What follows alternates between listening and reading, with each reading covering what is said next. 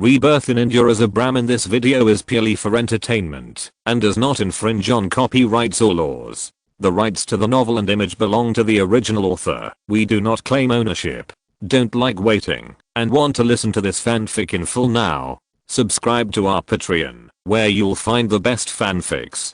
Chapter 176, Borrowing Money. Alliance Leader adds more. Originally Woominkey's plan was very good, and the initial plan was implemented very smoothly. Almost no one in the factory staff area went to the Indian to apply for a job. Looking at the empty factory, he felt very happy, but as a sand with one condolence from crew, the whole trend changed. Everyone felt that, although this Indian, although he was a capitalist, he kept his word and was well paid. Moreover, the city TV station came to broadcast the whole thing live. Afterwards, he even put the news on the TV, so everyone's suspicion was gone and no one listened to him anymore. After being fooled, everyone rushed to apply for the job, which made Woominkey so angry that he cursed behind his back. Not only that, 3 days later, the new factory director came to talk to him, and he started by saying, "Old Woo, you are an old man too. Why don't you understand the spirit of the central government? Now the whole country is undergoing reform and opening up, focusing on economic construction. We will vigorously attract foreign investment. If you don't make a contribution in this regard, it's okay. Why are you still holding back? Do you know how much effort the city government has made to attract this foreign businessman from India to invest in Changshan? But what are you doing to stir up trouble and spread rumors? Tell the truth. Tell me what benefits this will bring to you." Director: Zhang, why do you say that it was me who was behind the scenes to stir up trouble and spread rumors? I have never done such a thing. Please don't just accuse me. Woominkey immediately retorted. Director Zhang replied unhappily, "It's already this time. Why are you still so stubborn? If there is no evidence, can I talk to you? There are so many people in the factory. Why don't I talk to others? Just you? Do I have to do it with you? Go to Liu Fanglei and Wei Yuan to confront you one by one, before you are convinced." When he heard this, Woominkey became discouraged. When he spread the rumors behind his back, he didn't expect that this would happen, so he went out to spread the rumors in person. If Director Zhang really asked Liu Fang to come and confront him, then they would not hide it for themselves, not to mention that they were just idle employees now. Even if they were the sales section chief back then, they would not dare to go against the factory director to cover themselves. But even so, he still said unconvinced, "It doesn't matter what I said, I just think this Indian has no good intentions. He arbitrarily raises wages, disturbs people's hearts, and makes everyone unintentional to work.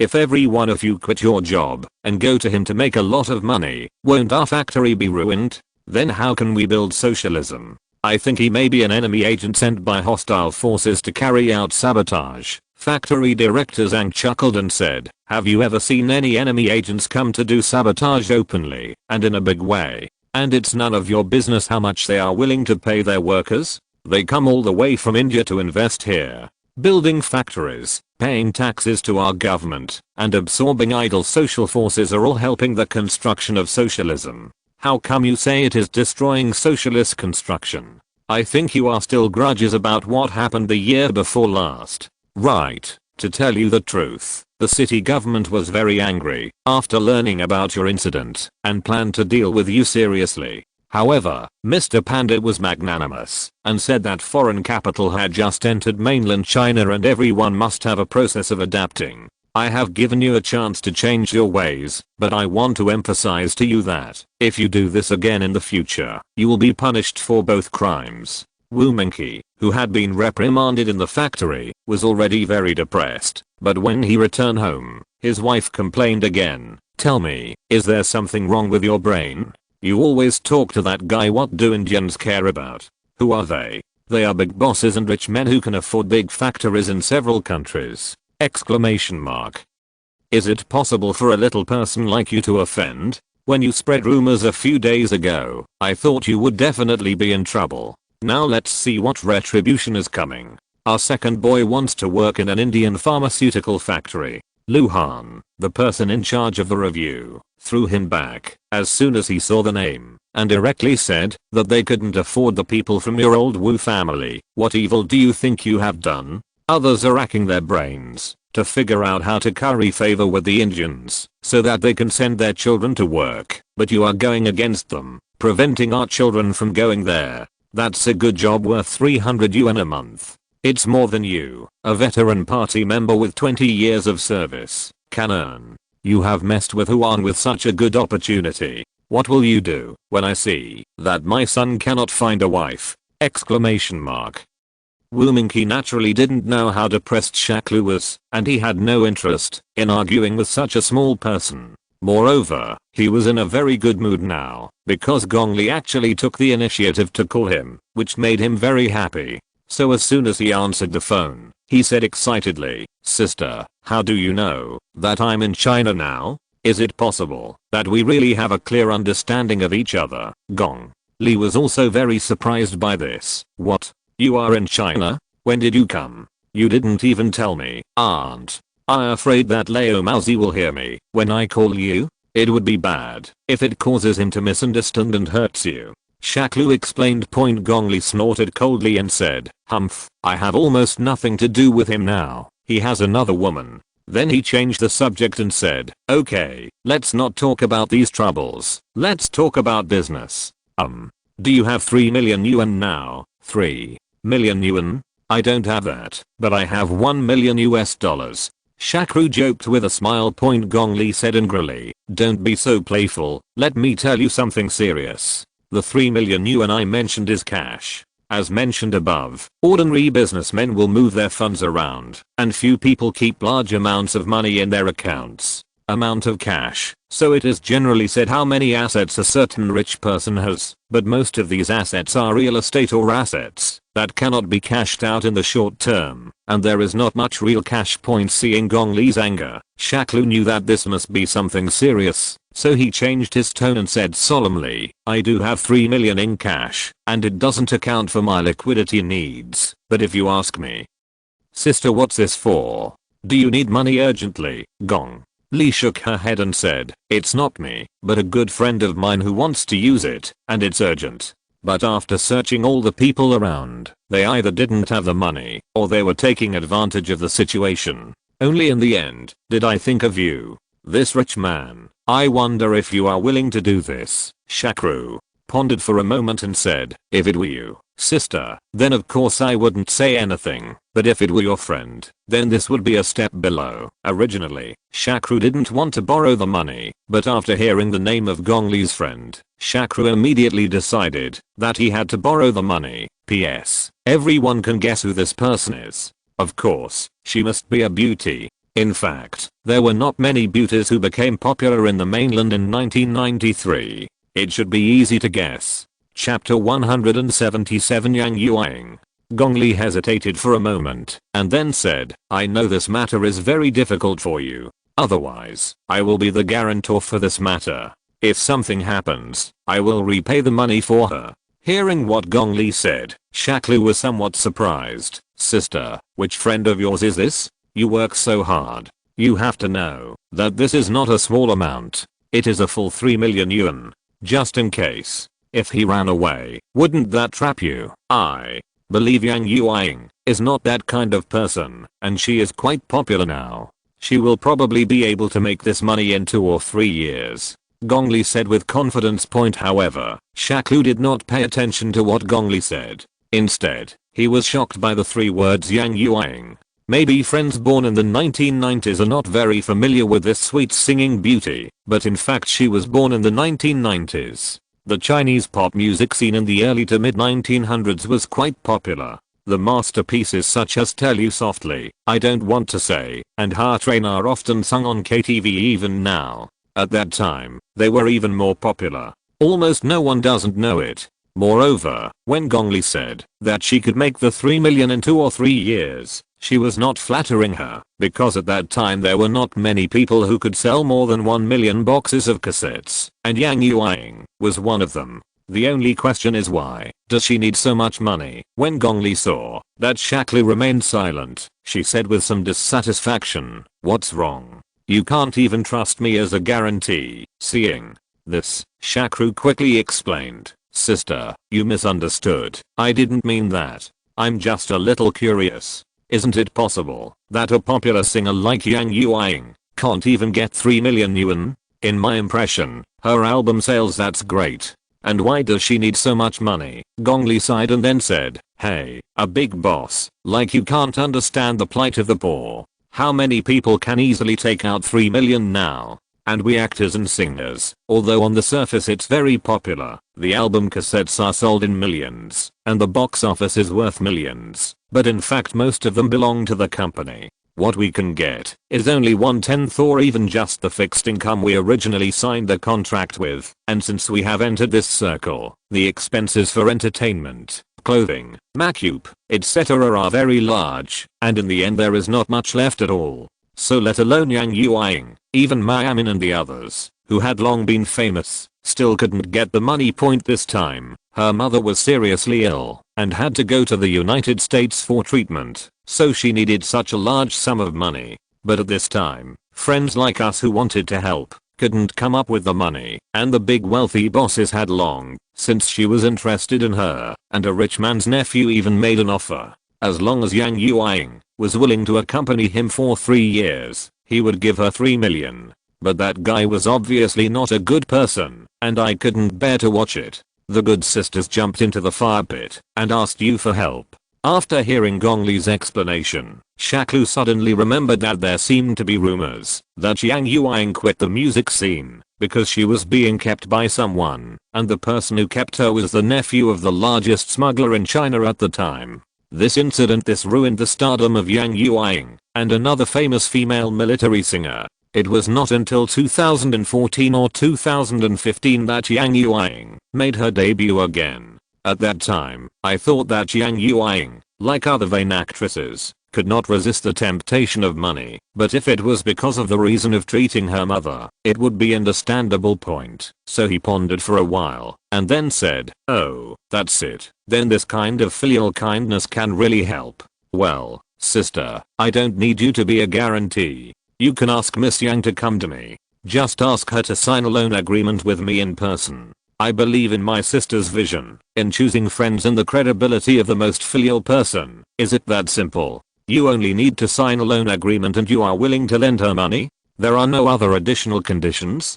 Gongli asked in disbelief. "Yes, she has to go to the notary office with me to get a notarization." "What else?" "Just the notarization from the notary office is enough. Do you need anything else?" "Oh my god, Shakru, you know what? There are so few good people like you these days. When anyone encounters difficulties, please help if you can. And this is just a loan of 3 million, not giving her 3 million. She will pay it back in 2 years. In fact, Shakru is like this. He is neither a holy mother nor a bad person. He just doesn't want to see a promising girl fall into the fire pit because of this incident. If Yang Yuanying is really the kind of vain woman, then there is no need to borrow money from him. Money, just go to Lei Wenfeng and use it as a vase point." Then he seemed to have thought of something and said, "By the way, you have to ask her to come here quickly. I can't stay in China for a few days and I have to go back to India." Gong Li promised repeatedly,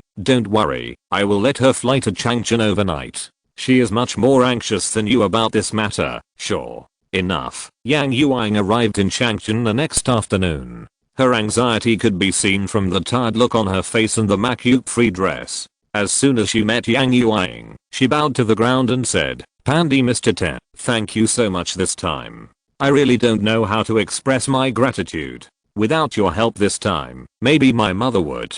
Said here, she burst into tears and couldn't speak anymore. Shakru hurriedly advised, "Miss Yang, you don't have to be like this. With a filial daughter like you, your mother will definitely be blessed and recover soon. Moreover, I know some friends in the United States who can help you contact the hospital and strive for a better treatment plan. As long as the disease can be cured, you don't have to worry about the money. I still have some." Yang Yuanying shook her head and said, "These 3 million are already very troublesome to you. It would be too bad to ask you to borrow more. In fact, the doctor told me that the cost of the operation is not particularly high. Only a few 100,000 is enough. The main thing is that the subsequent maintenance drugs are particularly expensive, especially the first year after the operation, which requires 2 million drugs. Hearing this, Shakru laughed and said, "Miss Yang, you may not know that I'm in the pharmaceutical industry, and you don't know what our India is famous for in the world pharmaceutical industry. P.S. Some friends in the book review area actually thought that I was going to recommend Liu King. Oh my god. Do I have such a heavy taste?" Chapter 178 Reverse Deduction. Yang Yuang asked confusedly, "Mr. Pandit, what do you mean by this? I don't quite understand." Let me tell you this, because India's pharmaceutical patent laws are different from other countries. India is now the largest producer of generic drugs in the world. Basically all high-priced drugs in the world have generic versions in India, and the efficacy is exactly the same. But the price is only 1/10 or even a few tenths of the original drug. However, this drug cannot be exported and can only be sold in buy and use it locally in India. Although I'm not a generic drug manufacturer, I still run a pharmaceutical factory, so as long as it is not a new drug that has just been developed within this month, I guarantee that I can help you buy it with high quality and low price. Although it is not very ethical, it can indeed reduce your burden. Shakru explained slowly. Really? That's great. If the problem with the follow-up drugs can be solved, then I shouldn't need to borrow so much money from you. Yang Yuang said in surprise. Shakru dissuaded. "We haven't even done the surgery yet, so don't worry about it now. You can keep the money first. After all, this way you feel more confident. You can just return it to me when you are sure you don't need it." Yang Yuang said gratefully, "Mr. Pandit, you are such a good person. By the way, you just said that you also run a pharmaceutical factory." Shakru nodded and said, "Yes, I'm running a pharmaceutical factory, and not only in India. I came to Changchun this time to open a branch factory." Yang Yuang praised, "You are indeed a big boss, and you have brought your business to China. By the way, you are not making generic drugs. What kind of drugs are they? Original medicine? Aren't you afraid that others will copy your medicine?" "The price of my medicines is not that high, and most people don't dare to imitate my medicines. After all, I have a patent on the raw materials, which is protected in India." "Oh, that's good. By the way, what kind of medicine are you producing?" "Well, I'm sorry to tell you, my factory produces this stuff." As he said that, Shakru took out a box of Welgun from his pocket and replied with some embarrassment. When Yang Yuang saw this kind of thing, her face immediately turned red, and she didn't know how to proceed. In fact, before she came to Changchun, she had heard Gong Li say that this Indian was good at everything, but he only had one problem: he was lustful. It's terrible, but fortunately he will never force anyone, so as long as you are careful, you will be fine. Although Gong Li didn't say it explicitly, Yang Yuang could tell from her tone and demeanor that the relationship between her and this Indian was definitely unusual. Could this be one of the reasons why she and Leo Mauzi broke up? But no matter what, Yang Yuang was filled with gratitude that this Indian offered to help her without any additional requirements. When she actually saw Shakru, Yang Yuang discovered that this Indian was actually very handsome. Different from the common dark Indians, his skin was quite fair, and he had a particularly good figure. Especially those big eyes like lake water are simply mesmerizing. The most surprising thing is that he can actually speak Chinese. Coupled with his wealth, this kind of man who looks like an exotic prince is simply irresistible to women. So that night, after Yang Yuang hosted a banquet for Shakru, she pretended to be drunk and threw him on her bed when Shakru sent her back to the room. This turn was a bit blunt, but I pulled out Yang Yuang herself, just for this week's internal episode, so rationality and logic etc. You can let it go for now. The reason for choosing her is not her appearance, but her sweet voice. If any of you have ever met a girl who is particularly good at screaming, then naturally you understand what I mean. It doesn't matter if you don't understand. I will describe it in detail in the inner chapter, after the romance. Shakru said with some embarrassment. "Well, I'm sorry, why do I feel like one of those bastards who took advantage of others' danger to threaten you?" Yang Yuang kissed him, and then said softly, "No, you are different from them. They all want to take the opportunity to bully me, but you really want to help me. I was also willing just now, although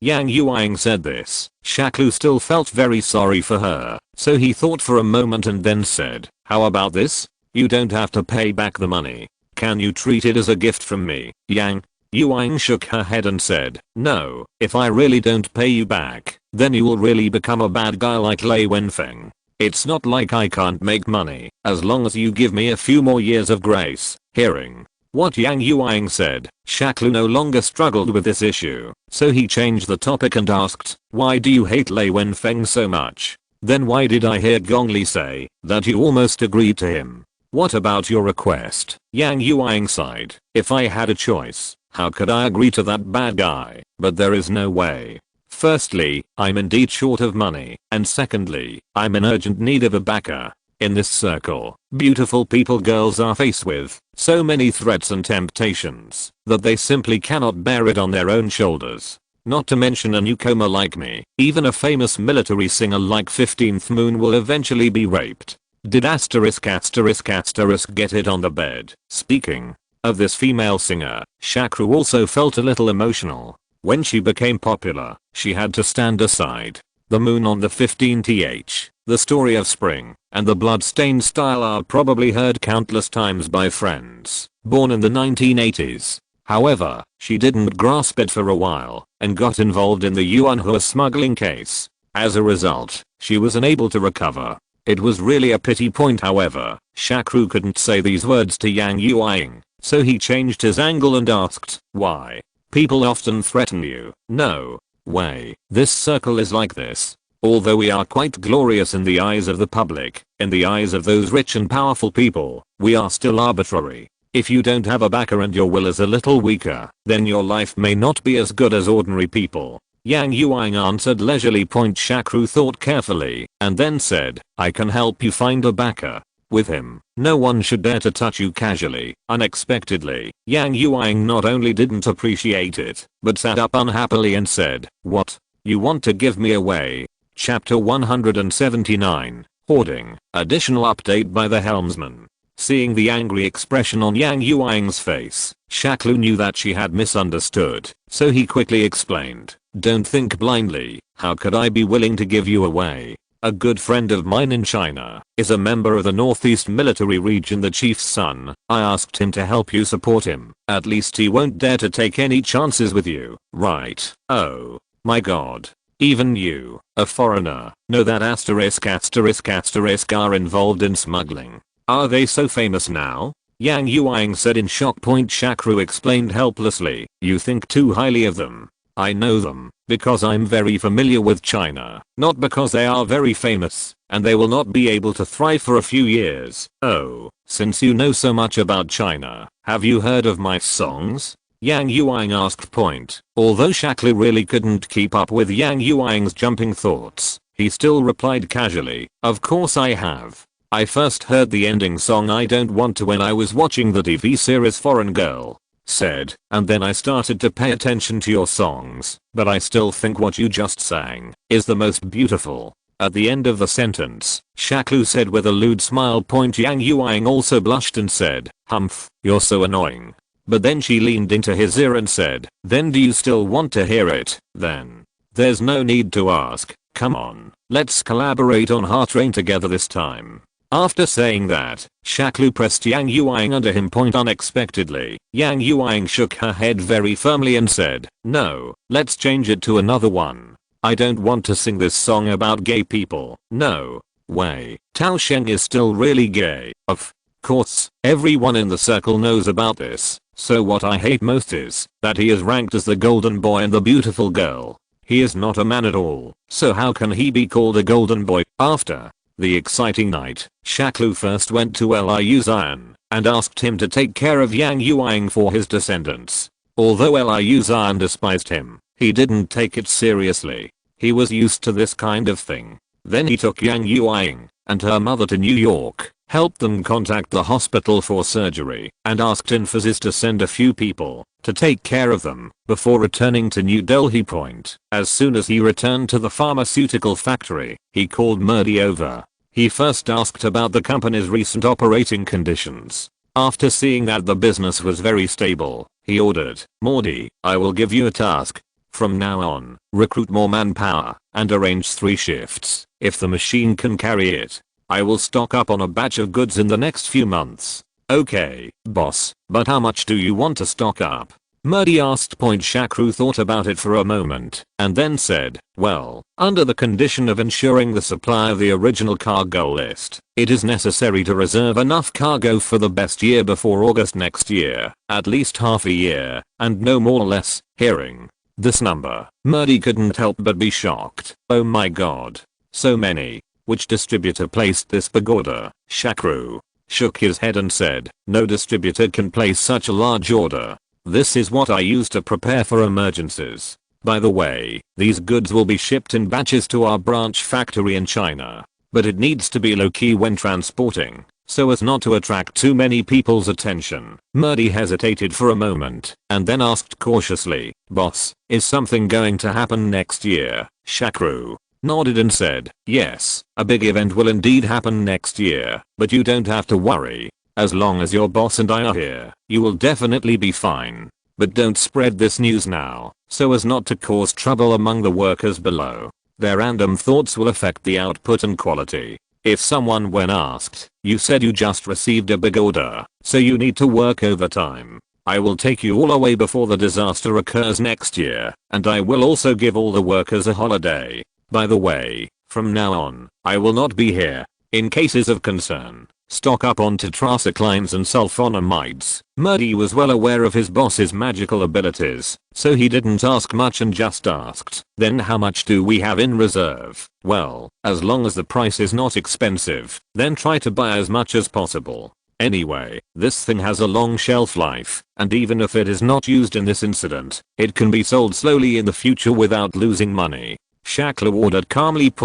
Just as Shakru and Morty were discussing important matters, Pretty suddenly knocked on the door and came in to report, "Boss, Manager Morty, another group of donators are here." This sentence made Shakru a little confused, so he asked Xiang Morty, "The guy who donated money? What's going on?" Morty sighed and then replied, "Boss, this is all the trouble caused by your kindness. Do you still remember the big earthquake in Maharashtra some time ago, right?" Shakru nodded and said, "Remember, I predicted this. What's wrong? What's the trouble? Didn't you donate 10 million rupees to the victims that time? Because of this good deed, you were targeted by many scammers under the guise of helping the disadvantaged groups. They all thought that you were the kind of person who was both rich, and as for the well-intentioned scapegoats, recently many people have come to us under various pretexts to defraud us for donations. Just give them money, and they will definitely not help those poor people. They will all stay and have fun, but if you don't give it to them, they will say that you are rich, unkind and impersonal. Fortunately, you are not here during this period, so we use the excuse that we can't make the decision and get them all away. Maybe they heard it today. They said you were back, so they all came to the door. Boss, why don't you go through the back door? Otherwise these people will annoy you to death." Moody explained depressingly. Shakru despises this kind of guy who uses morality to kidnap people, let alone these liars. How could he run away from such people? So he snorted coldly, "Humph, no, give these guys some color. They really think I'm easy to talk to." Moody, go ahead and drag them away for a while and gather them in the living room to save you from having to deal with them one by one later. Then she ordered Mustafana beside her, "Finna, go out through the back door now and go to Mr. Ibrahim and tell him that I need him to send a group of people to deal with some annoying flies. P.S. I have just added 5 chapters of Alliance Leader chapters, which is still less than half. There are also 2 chapters of Helmsman chapters that have been updated. The recent tasks are so heavy, but you are welcome to use such tasks to crush me, so that the Helmsman, Hall Masters, Protectors, Leaders, and Alliance Leaders will come more and more violently." Chapter 180. Finally, I asked Vibalova, "Lover, how did you go about the last time I asked you to find those classmates of yours? In the future, we can't always ask others for help for this kind of thing. We have to have a group of our own guards. Strength, Boss, we have started to contact them, but since they have not trained for a long time, they need some recovery time, and they also have to make arrangements at home, so it will take some time before they can come. At this point, Vivapalava hesitated again after a moment. He said, "Boss, didn't you ask them to do security work in the hotel last time? Do you still need them to be in charge of the pharmaceutical factory now?" It's like this. Due to some special reasons, our hotel will not be open to the public in the short term. Therefore, your classmates may need to be responsible for the order of the pharmaceutical factory for a while, but it will not be too long. There will be time to recruit more students. Please help train some well-qualified personnel. In the future, our industry will become bigger and bigger, and the security force we need will also be bigger and bigger. Shakru explained slowly. Pibabalova nodded and agreed. Boss, don't worry, leave the training to us. This is our old profession, and we guarantee that we can train a group of excellent security teams for you. While Shakru was arranging work with Murdy, Bavbalova and the others, a group of scammers who Murdy claimed were donating money to disadvantaged groups, were discussing excitedly in the living room. This Pandit is finally back. It's been a hard time for me to wait. I come here to report every day, just like I'm working. A fat man in simple clothes, but with a fat face, complained. A guy next to him helped. Who can say otherwise? We can't let him run away, no matter what today. We have to squeeze more money from him. At least we have to make up for all our losses during this period. But do you think he can give us money so happily? The fat man said a little worriedly. The guy who was supporting him said with certainty, it's definitely possible. This guy has a lot of money.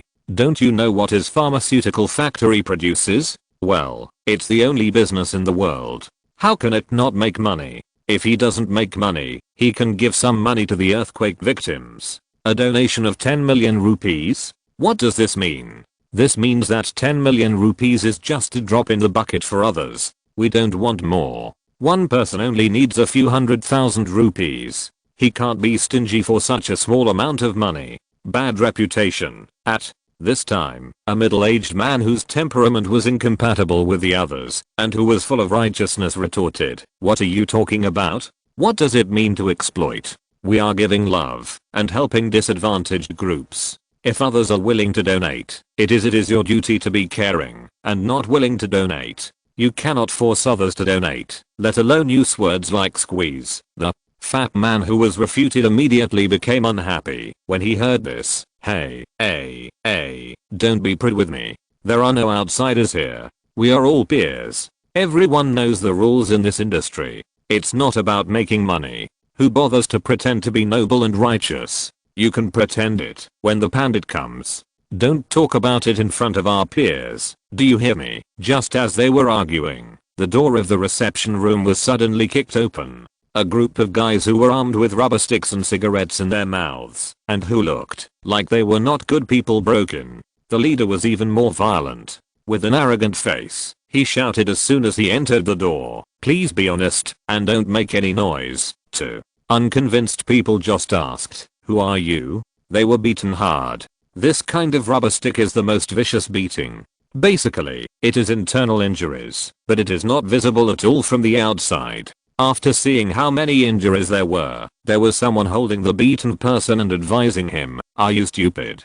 Didn't you see clearly that they are all people under Ibrahim? The leader of the team is Mad Dog Paddock. All of their people are there is a life." Seeing that the hall became quiet, Mad Dog Paddock asked slowly, "Tell me, what do you do?" The fat man from just now came over immediately and said cautiously, "Well, I'm from the Disabled Children's Aid Society, and these are also members of the charity organization. We are here today to raise donations from Mr. Pandit, the boss of Ganges Pharmaceutical Factory." "No, I know where I have misunderstood you gentlemen. If there is anything we did wrong, please correct me." Mad Dog Paddock snorted coldly and said, "Humph, is this a charity organization like yours? Are all the donations stolen by you? Otherwise, you would be as fat as a pig.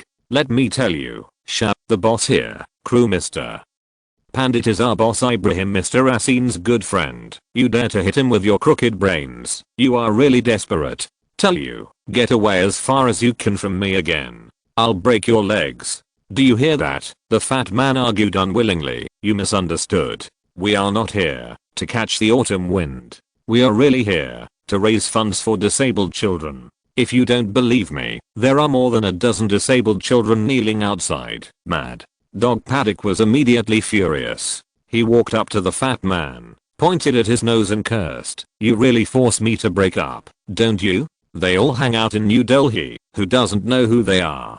Fat pig cow. What are you doing? Are you forcing me to uncover your old bottom? It's the Rescue Society for Disabled Children. Oh, who doesn't know that you are just a bastard who goes around kidnapping disabled children and forcing them to beg to make money for you, and you pretend to be a caring person to me? I'm even more immoral than you in the underworld. Be conscientious. After that, he pointed at a few people in the crowd and shouted, and you, are you also waiting for me to tell you about your glorious achievements? Finally, he said to the righteous man, you are the only good person here, but unfortunately you are still a fool. Do you think those people who cry poor are really poor? In fact, they are richer than you, but they are still pretending to be good people. Wait until your eyes work again before coming out. In fact, there are many such so-called loving people in China, but they are more Chinese. I will write about them in detail when I write about 1997 and 1998. Looking at the dejected looks of these guys, Mad Dog shouted, get out of here. Wait for me to treat you to dinner. P.S. The chapter title of chapter 184 is wrong. It should be Leader Plus, but I was confused and typed it as Leader Plus. Unfortunately, the chapter title of the VIP chapter can only be changed by the editor, so I can only correct it here. I hope everyone will forgive me. Chapter 181 Bulgaria. Just when Mad Dog Paddock was showing off his power, Ibrahim, who was watching the situation in the living room through the surveillance camera next door, said to Shakru, if something like this happens again in the future, just ask Murdy to come to me directly. That's it. No need to bother. It was also my negligence this time. The security provided at the pharmaceutical factory was not strong enough. But now that I have hired people, I can handle things like this myself in the future. Why don't I allocate a group of people to come over and work as security guards for you so that you don't have to recruit people? Ibrahim suggested. Shakru shook his head and said, no, I don't like having a bunch of grown men under my command. This time I recruited Bivapola's friends, and they are all beauties. Ibrahim laughed dumbly and said, you really like those Soviet women. It's okay for me to try something new, but I can't bear to hang around you all day long. After chatting for a while, Ibrahim suddenly asked, by the way, Shakru, have you predicted next year's World Cup? Shakru thought to himself, I know how such a small thing can work for you, Ibrahim. Sure enough, he has something else to ask me for, and it is the same thing as the first time he asked for himself. It is a football match. It's just that this time it's not the European Cup, but the World Cup, a feast for fans around the world. Speaking of the 1994 World Cup held in the United States, there were many dark horses and upsets. However, Shakru had already passed the time of accumulating his first pot of gold, so he did not want to make such small money anymore. Of course, this does not mean that you can't make a lot of money outside of football games, but that can only be done by professional bookmakers. Shakru did not have this background and was too lazy to get involved in those things, so he pretended to think about it and then said to Ibrahim, it's still the same as last time. Focus on an unpopular one. The team will give you a surprise. Oh, which team? Ibrahim didn't want to make the same mistake as Denmark last time this time, so he was particularly concerned about the results of Shakru's divination. Shakru mysteriously said 4 words, Bulgaria. Is it the Bulgaria that eliminated France in the qualifiers? Ibrahim asked. Shakru nodded and said, yes, this is Bulgaria. Can he win the championship this time? Shakru shook his head and said, absolutely impossible, but it should be no problem to enter the semi-finals. In fact, what Shakru wanted to say was that Bulgaria could upset the powerful Argentina and the previous champion Germany, but it was just so specific. He couldn't tell the details. But he thought about it and reminded him again, by the way, brother Ibrahim, after watching the World Cup, you should stay in the United States for a while and don't go back to India before the year. Ibrahim was shocked. What? Something will happen in New Delhi after the World Cup next year. The accident did not happen in New Delhi, but it will affect the whole of India, so it is a wise choice to go out and take shelter. Shakru explained slowly. Now Ibrahim was even more shocked. Oh my god, what can happen to the whole of India? Plague. Then he warned, brother, you just need to know about this. Don't talk nonsense outside, otherwise it will cause panic. Of course, I also sincerely hope that my divination is wrong this time. Brother, when did your divination go wrong? Then, during the World Cup, I will go directly to the United States and then come back after Christmas. And don't worry, brother, I have the strictest words, and I will definitely not mess with anyone. By the way, if you come to the United States to avoid the limelight, remember to contact me, and I will introduce you to some good friends with great energy. A good friend with great energy. He won't be like Takhanov, right? Shaklu asked hesitantly. Ibrahim nodded and said, yes, not only him, but also some friends from Mexico and Italy, all of whom are doing better than that guy from Tok. I will organize a party then, and you can come over and get to know each other when you have time. This answer gave Shaklu a little stomachache. Takhanov was not a good guy, so you can imagine what kind of people these guys are. What if such a gathering was forced by the Americans? If you serve it to the whole family, you won't be able to explain it clearly, but having said that, it is quite exciting to meet these asterisk tycoons. Now that Ibrahim has been told, it is natural to tell Mr. Patala and the future brother Mukesh with thick legs, but these two people are not as happy as Ibrahim. It's not that they don't believe in Shakru, but they have too many ties for Mr. Patala. There is no problem for him to go to the United States on his own. In fact, he has spent most of the past few years in the United States with his granddaughter Amisa, but there are too many people in the entire Patala family, and everyone's industries are also around New Delhi, so it's not just a matter of walking. This is even more true for Mukesh. Although he is the eldest son, his younger brother Anil is also a business wizard. In addition, the old man Dhirubhai has been in poor health recently, so the competition between the two has become fierce.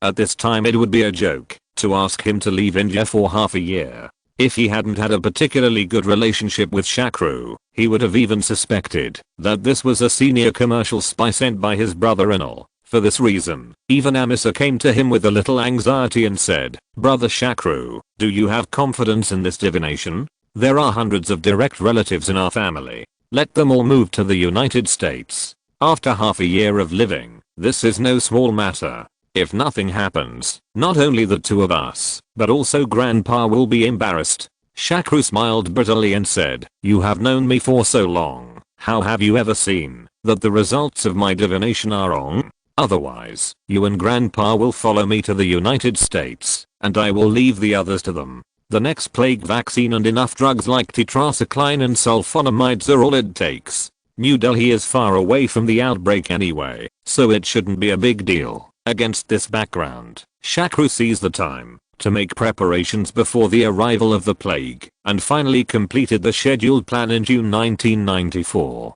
A full year's worth of inventory has been sent to the first branch in Changchun. Various drugs and vaccines were also fully stocked, and then Shakru announced a collective holiday for Ganges Pharmaceuticals and Polaris Pictures. Regular employees paid 3 months' salary in advance, and then took core members to the United States for vacation. While watching the World Cup. Chapter 182 Plague Outbreak. Alliance leader adds. The 1994 World Cup was generally a very dull World Cup, but in Shakru's memory, Bulgaria still showed its true nature as a dark horse. Although they were beaten 3-0 by Nigeria in the first group match, they were beaten 4 times immediately afterwards.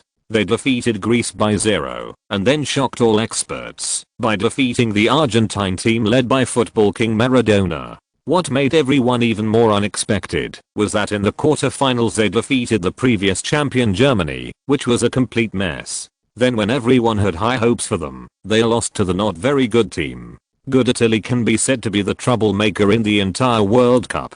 In contrast, although the Swedish team had worse results than him and won 3rd place, they were not so hated. However, this had nothing to do with Shakru. Now he no longer cares about this so-called victory of divination. Instead, they are struggling with the coming outbreak of the plague. But no matter whether Shakru is looking forward to it or fearing it, what is supposed to come has finally arrived. September 18, 1994, is the last day of Ganesh festival in India. The streets of Surat, an industrial city in Gujarat, are bustling with activity. Thousands of men sang and danced in the streets to celebrate their traditional festival. People were immersed in happiness and peaceful joy, but who knew that at this time, a deadly plague had quietly come among them. The next day, the newly built hospital in Surat received 30 patients with similar conditions. Their symptoms are persistent high fever, coughing, sneezing, vomiting blood and fainting. Since then, another batch of patients have been admitted to the hospital. The first patient died in the hospital on September 20th. Then, many more patients died one after another. Observing from the outside of these dead people, they are all black, with a pair of wide eyes protruding, and the state of pain is horrific. At first, doctors did not know that the patient was suffering from the terrible plague. In fact, this is no wonder for them, because since the last plague pandemic in India in 1966, this plague has almost disappeared, and many doctors have never encountered this disease. At this time, some people suspected that bad guys had poisoned the drinking water source. The municipal authorities ordered to cut off the tap water supply and investigate the water source situation. Later, I heard someone say that the plague was prevalent in Latviia, Maharashtra. The doctor immediately tested the blood samples and the results showed that these patients were suffering from this disease. Only then did they realize that a disaster had struck. The medical conditions in Surat are very poor. The medical equipment is very backward. The medical force is seriously insufficient, and there are very few drugs for treating diseases. The drugs such as tetracycline and sulfonamides needed to treat the plague are even more scarce. By October 4th, more than 1,000 people had been sent to the hospital for treatment and examination, and 50 of them died of the disease. At this time, the city of Surat seemed to be facing a cruel war, and was in a state of emergency. News of the plague spread like wildfire. It didn't take long for the news to spread throughout the entire city of Surat. Suddenly, people rushing to buy medicines came in droves, and a long queue formed at the door of the drugstore. This terrible disease makes the residents of Surat panic like ants on a hot pot day and night. In order to avoid this disaster, they supported the old and the young, using all available means of transportation, and hurriedly fled the city that was ravaged by the plague. Thousands of refugees are crowded around train stations and bus stations every day. The city police chief exclaimed, "Even thousands of police officers cannot stop the flow of cars and people fleeing in all directions." Within a few days, 300,000 people in Surat, a city with a population of only 2 million, were so frightened that they fled in panic. The citizens who stayed in the city were also panicked. Public service places such as shops, markets, and theaters are closed. Many factories are closed, schools are closed, and parents are not allowing children to go out. During the day, people who go out wear masks, and those who don't have masks cover their mouths and noses with handkerchiefs, scarves, etc., thinking that they can avoid disasters. At night, people dare not go out, and the streets are deserted and as quiet as death. At this time, the city of Surat looked like a scary ghost town. At this time, Shakru, who wanted to donate vaccines, sulfonamides and other drugs to the disaster area according to the original plan, was embarrassed to find that he had made a mistake. That is, no one dared to go to Suzhou, where the plague broke out. Even the police, doctors, nurses and Red Cross personnel did not dare to go to Surat city, and even the trains to Surat city had been cut off, which made Shakru's assistants unable to work at all point. But then Shakru discovered that these drugs were still useful, because as more than 300,000 Surat citizens fled to all directions in India, they also brought plague germs and fear to all parts of the country. In less than 2 weeks, this terrible plague has spread to 7 states in India and the New Delhi administrative region. Gujarat, where Surat is located, is the area with the most severe plague epidemic, with the largest number of people infected and dying. Mumbai, a city adjacent to Surat, is the first target for refugees to flee. In the state of Maharashtra where the city is located, 2,105 people have been infected. In the capital New Delhi, 770 people were sent to the hospital for treatment and examination. 36 people were diagnosed with plague, and 4 people died of treatment. In addition, the number of patients is also increasing in the states of Rajasthan, Uttar Pradesh, Madhya Pradesh and West Bengal. The plague also reached the remote states of Jammu and Kashmir. According to official statistics, within 2 weeks, as many as 4,780 patients went to hospitals for examination or treatment across the country, and there was news about deaths almost every day. In New Delhi and other places, infectious disease hospitals are overcrowded, and the authorities have to set up temporary isolation wards in ordinary hospitals. Whether it is an infectious disease hospital or a temporary isolation ward, the medical conditions are very poor. In a dim ward, dozens of patients are crowded, the doors and windows of the ward are open, mosquitoes and flies are flying, and the media of plague, rats, are playing and frolicking on the ground, windowsills, and roofs. This is not a place to treat diseases. Many patients escaped from the ward because they could not stand such bad conditions. The health department had to organize a special police team to track down these patients everywhere. To prevent them from spreading germs, the sudden arrival of the plague was like a bolt from the blue for the unprepared Indian authorities. There were too many patients, and the hospitals could not cope with it, and they all called for emergency treatment. The supply of medicines was in short supply, and many pharmacies could no longer provide medicines for treatment.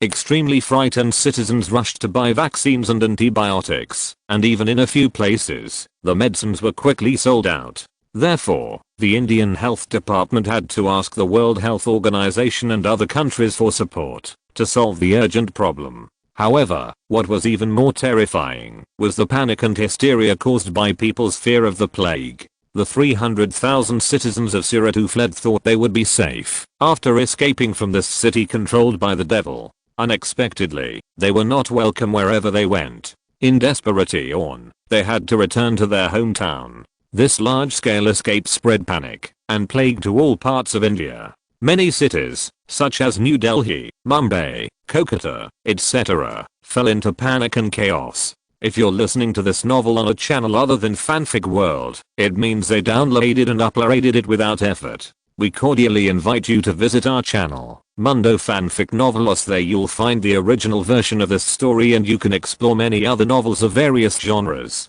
We're waiting for you to immerse yourself in a world of incredible novels. Chapter 183, A Conscientious Merchant. Under this terrible disaster, all vaccines and drugs related to the plague became hard to come by, and even drugs that had little to do with it were sold at sky-high prices. But at this time, Shakru made an astonishing decision. He publicly announced in major newspapers and media in New Delhi that, in order to fight this crisis, Ganges Pharmaceuticals is willing to donate plague vaccines worth 10 million rupees for free, and will sell tetracycline, sulfonamide and other special drugs at the same price as before the outbreak of the plague. At the same time, a long interview with him was also released. In the interview, he said affectionately, "Although I'm a businessman, and making money is my job, I know that some money can be made, and some money cannot be made. This time our country has suffered the biggest plague disaster since 1966. Countless compatriots have been tortured and threatened by the plague. At this time, I knew I should stand up and do something. As a drug dealer, I always have the habit of storing some drugs in the medicine warehouse. Fortunately, this time my medicine warehouse has a large number of tetracycline, sulfonamide and other special drugs for treating plague and some plague vaccines. I know how expensive these things are in New Delhi now. If I sell the drugs in stock at this price, then I will undoubtedly make a lot of money. But I don't plan to do this, because doing so will make my conscience uneasy, will disappoint the goddess Shakti I believe in, and will threaten countless economically distressed compatriots with the plague. So I decided to continue according to the outbreak of the plague. Sell at the pre-launch price, and donate all vaccines to the Royal Hospital of New Delhi. At the same time, I'm also doing my best to purchase various special medicines and vaccines at the Ganges branch in China, and then move them to China, to continue supporting domestic disaster relief activities. Although I'm not in China, my heart is with you. In addition, please do not misunderstand my original intention or question my approach. As I said at the beginning, I'm a businessman, not a politician. I don't need to show off with this, and doing so will not bring me any substantial benefits. I just hope that this disaster will pass sooner, and I hope that God can bless us. Finally, please allow me to say something to all my distributors. Don't worry about the quality of the goods recently. Although there are some force majeure events at the New Delhi headquarters, the branch factory opened by our Ganges Pharmaceutical in China has not been affected at all. All orders can still be completed on time. Please believe in my conscience and reputation. Originally, such statements and advertisements are expensive in major media, but this time all the media in New Delhi have made free reports for Shakru, and have also informed all the people in New Delhi of the good news through their own channels and means. They will soon be able to buy affordable special medicines at Ganges Pharmaceutical. After the news was announced, the media naturally cheered, and even some conspiracy theories were drowned in the vast ocean. However, in fact, Shakru's actions were not simply doing good deeds and dedication. He still had a purpose. He was after benefits and reputation. First of all, as he remembered before, after the large-scale plague broke out in India, almost all countries terminated their cooperation projects with India. Although this caused huge economic losses to India, neither the Indian government nor the people could find fault with this practice. After all, it is human nature to seek benefits and avoid harm. You can't force people to get sick or even die. Although Shakru's pharmaceutical factory is not a cooperative project, no one dares to purchase goods at this time. Of course, there are no workers coming to work now. In order to maintain its market share, Shakru must find a way to give its distributors a reassurance so that they can continue to buy their goods without worries. At this time, the first branch of Ganges Medicine established in Changchun a year ago came in handy. Although the output of the pharmaceutical factory is still very limited, he has already stockpiled a large amount of goods to deal with this situation. However, even so, a suitable propaganda method is still needed to tell everyone that there are enough safe and abundant goods on hand, so there is no more suitable opportunity than this donation announcement. In addition, although Shakru's batch of special medicines was sold at a low price, it was still profitable, but the profit was not as high as those sold by those unscrupulous merchants. However, since he had a large enough stockpile, he actually made a lot of money. The second thing was the reputation. Although Shakru was not a politician and did not need reputation to win votes, a good reputation was also crucial for a businessman, especially a big businessman. A good reputation would not only expand his business routes in the future, but also attract more people to seek cooperation because of his good reputation, and it would also make many competitors dare not make a move behind his back. Therefore, in order to gain the reputation of a conscientious drug dealer, Shakru would rather give up the huge profits that seem to be easy to get. And he also knows very well that it is okay for small drug dealers to make a little money secretly, but if you hoard a large number of scarce drugs in advance like him, and then make a fortune, then it is very likely that the government will accuse you of speculation, and then confiscate all your things. This kind of thing has happened in various periods and countries. It happened many times when our country was just founded. Even if the government is busy with other things for a while, and has no time to deal with you, you will still suffer after the situation stabilizes. So it is better to take the initiative to show it early, which can not only make a little money, but also leave a good impression on the government. As expected, after Shakru's Ganges Medicine donated plague vaccines and sold special medicines at a low price to the New Delhi Royal Hospital, not only did the orders for Wilman from distributors around the country increase, but Indian President Rao publicly announced that he would award Shakru the title of conscientious merchant for his outstanding performance in this plague incident. Since Shakru is not in New Delhi now, but is raising medicines in China, the award ceremony will be held after he returns, and called on drug dealers across the country to learn from him and to overcome difficulties together to win the victory in this plague war. P.S. The college entrance examination is coming soon. I wish all the book friends who are taking the college entrance examination a smooth exam and be able to be admitted to the ideal university.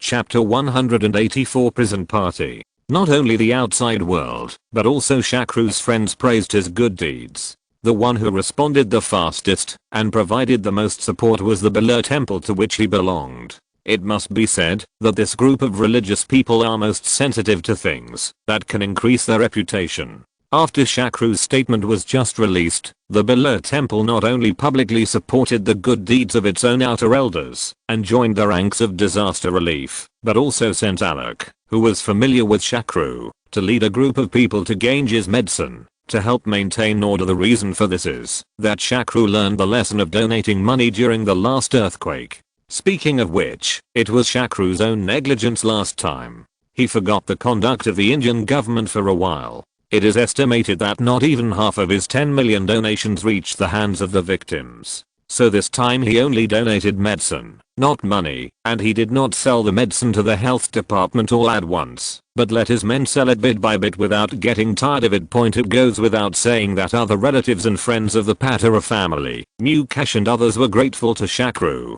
The one who surprised him the most was Ibrahim. As soon as the phone was connected, he said loudly, "Little Shakru, are you interested in coming to Mexico? After being a saint, Mexico? Aren't you in the United States? Why are you in Mexico again?" Shakru asked in surprise. Ibrahim explained, "Didn't I tell you last time that I planned to have a party and get together with a few energetic friends, but this time an old friend got into some trouble, so I temporarily changed the party to Mexico. But don't worry, this party is definitely different." "Guess where the party is?" Shakru answered a little confused. "Where else can it be? A hotel?" Ibrahim shook his head and said, "Hotels are so uncreative. This time our party is in prison, and it is the largest prison in Mexico City. How about it? Creative." "What did you say? Party in prison? Brother Ibrahim, are you kidding?" Shakru said in surprise. It's a joke. You'll know if you come and see it." "I know Ibrahim Shakru very well. I know he is not the kind of person who likes to exaggerate. However, it is too unbelievable to hold a party in prison. However, at the same time, this party is also tempting to Shakru. Shakru used to not understand why so many stars would take drugs. He thought they were all bored and bored. But when he was no longer worried about money and life, he suddenly understood that boredom is really a very terrible feeling. A person's life should be a constant pursuit and struggle. After the pursuit and struggle, it will either be success or failure. In short, there will be gains. But the most terrible thing is to have no pursuit. In that case, life will become aimless and fall into extreme emptiness and confusion. That's why so many rich people start to pursue excitement. However, Shakru would not take drugs or do other messy things like them. Instead, he chose to expand his business and do things he wanted to do, but with a certain degree of difficulty. Otherwise, with his current assets, he could enjoy a very comfortable life without worries, instead of messing around like he is now. Therefore, the stimulating things like prison parties would arouse his strong interest, so that he would temporarily interrupt his disaster relief. So Shakru hastily told Luhan and Murdy to take care of the operation of the pharmaceutical factories in the two places and slow down the delivery speed to the country, and then flew to Tijuana, Mexico. When it comes to Mexico, Shakru's first reaction is the various gangsters he saw in Breaking Bad in his previous life, fighting and killing on the desolate US-Mexico border. Drugs, gangs, riots, cactus, tortillas and tequila are the words that come to mind, and of course there are the Mayan pyramids and the beauties and beaches of Cancun. It feels very inconsistent. I recommend Super Police America, a rare American drama-style online novel. It feels like watching a private movie. The first case is about the US-Mexico border. Tijuana is a city with the strongest atmosphere. Tijuana is located on the northwestern border of the United Mexican States, bordering the United States. Smuggling, drug trafficking, and gang fights occur from time to time. The social security situation is not satisfactory compared to the whole of Mexico, and kidnapping and shooting are frequent. In the past 3 years, 2 city police chiefs have been shot and killed, and there have been many cases of rich people being kidnapped, including 2 Chinese who were kidnapped, one of whom was killed.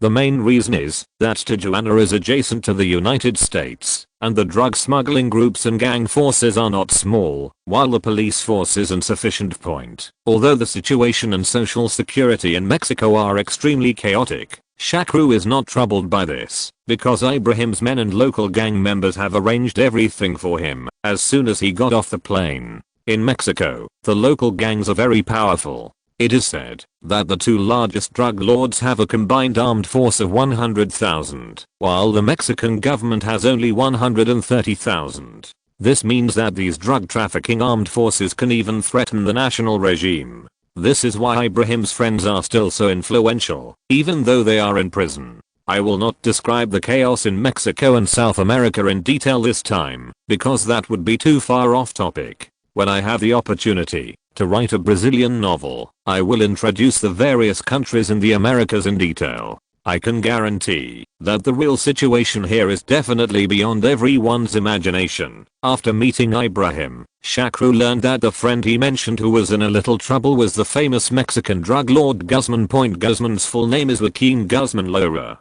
This dwarf, who is only 1.52 meters tall, was the most dangerous person in the world at that time, second only to the asterisk, and ranked second among the world's top 10 wanted criminals. Joaquin Guzman Lara was born in Badiraguato, a drug town at the hub of Mexico's Delta. In the 1980s, the young Guzman joined the godfather of the Mexican gang, Gallardo, Gulangel Felix Gallardo, and was promoted all the way to become a senior internal official point. But after Gallardo was arrested in 1989, his power gradually disintegrated. At this time, Guzman and his confidant Hector El Guro Palma took the opportunity to seize power and seize the cross-border passage in Mexicali, which is a golden passage for drug trafficking from Mexico to the United States. This also made Guzman's group surpass other organizations in one fell swoop.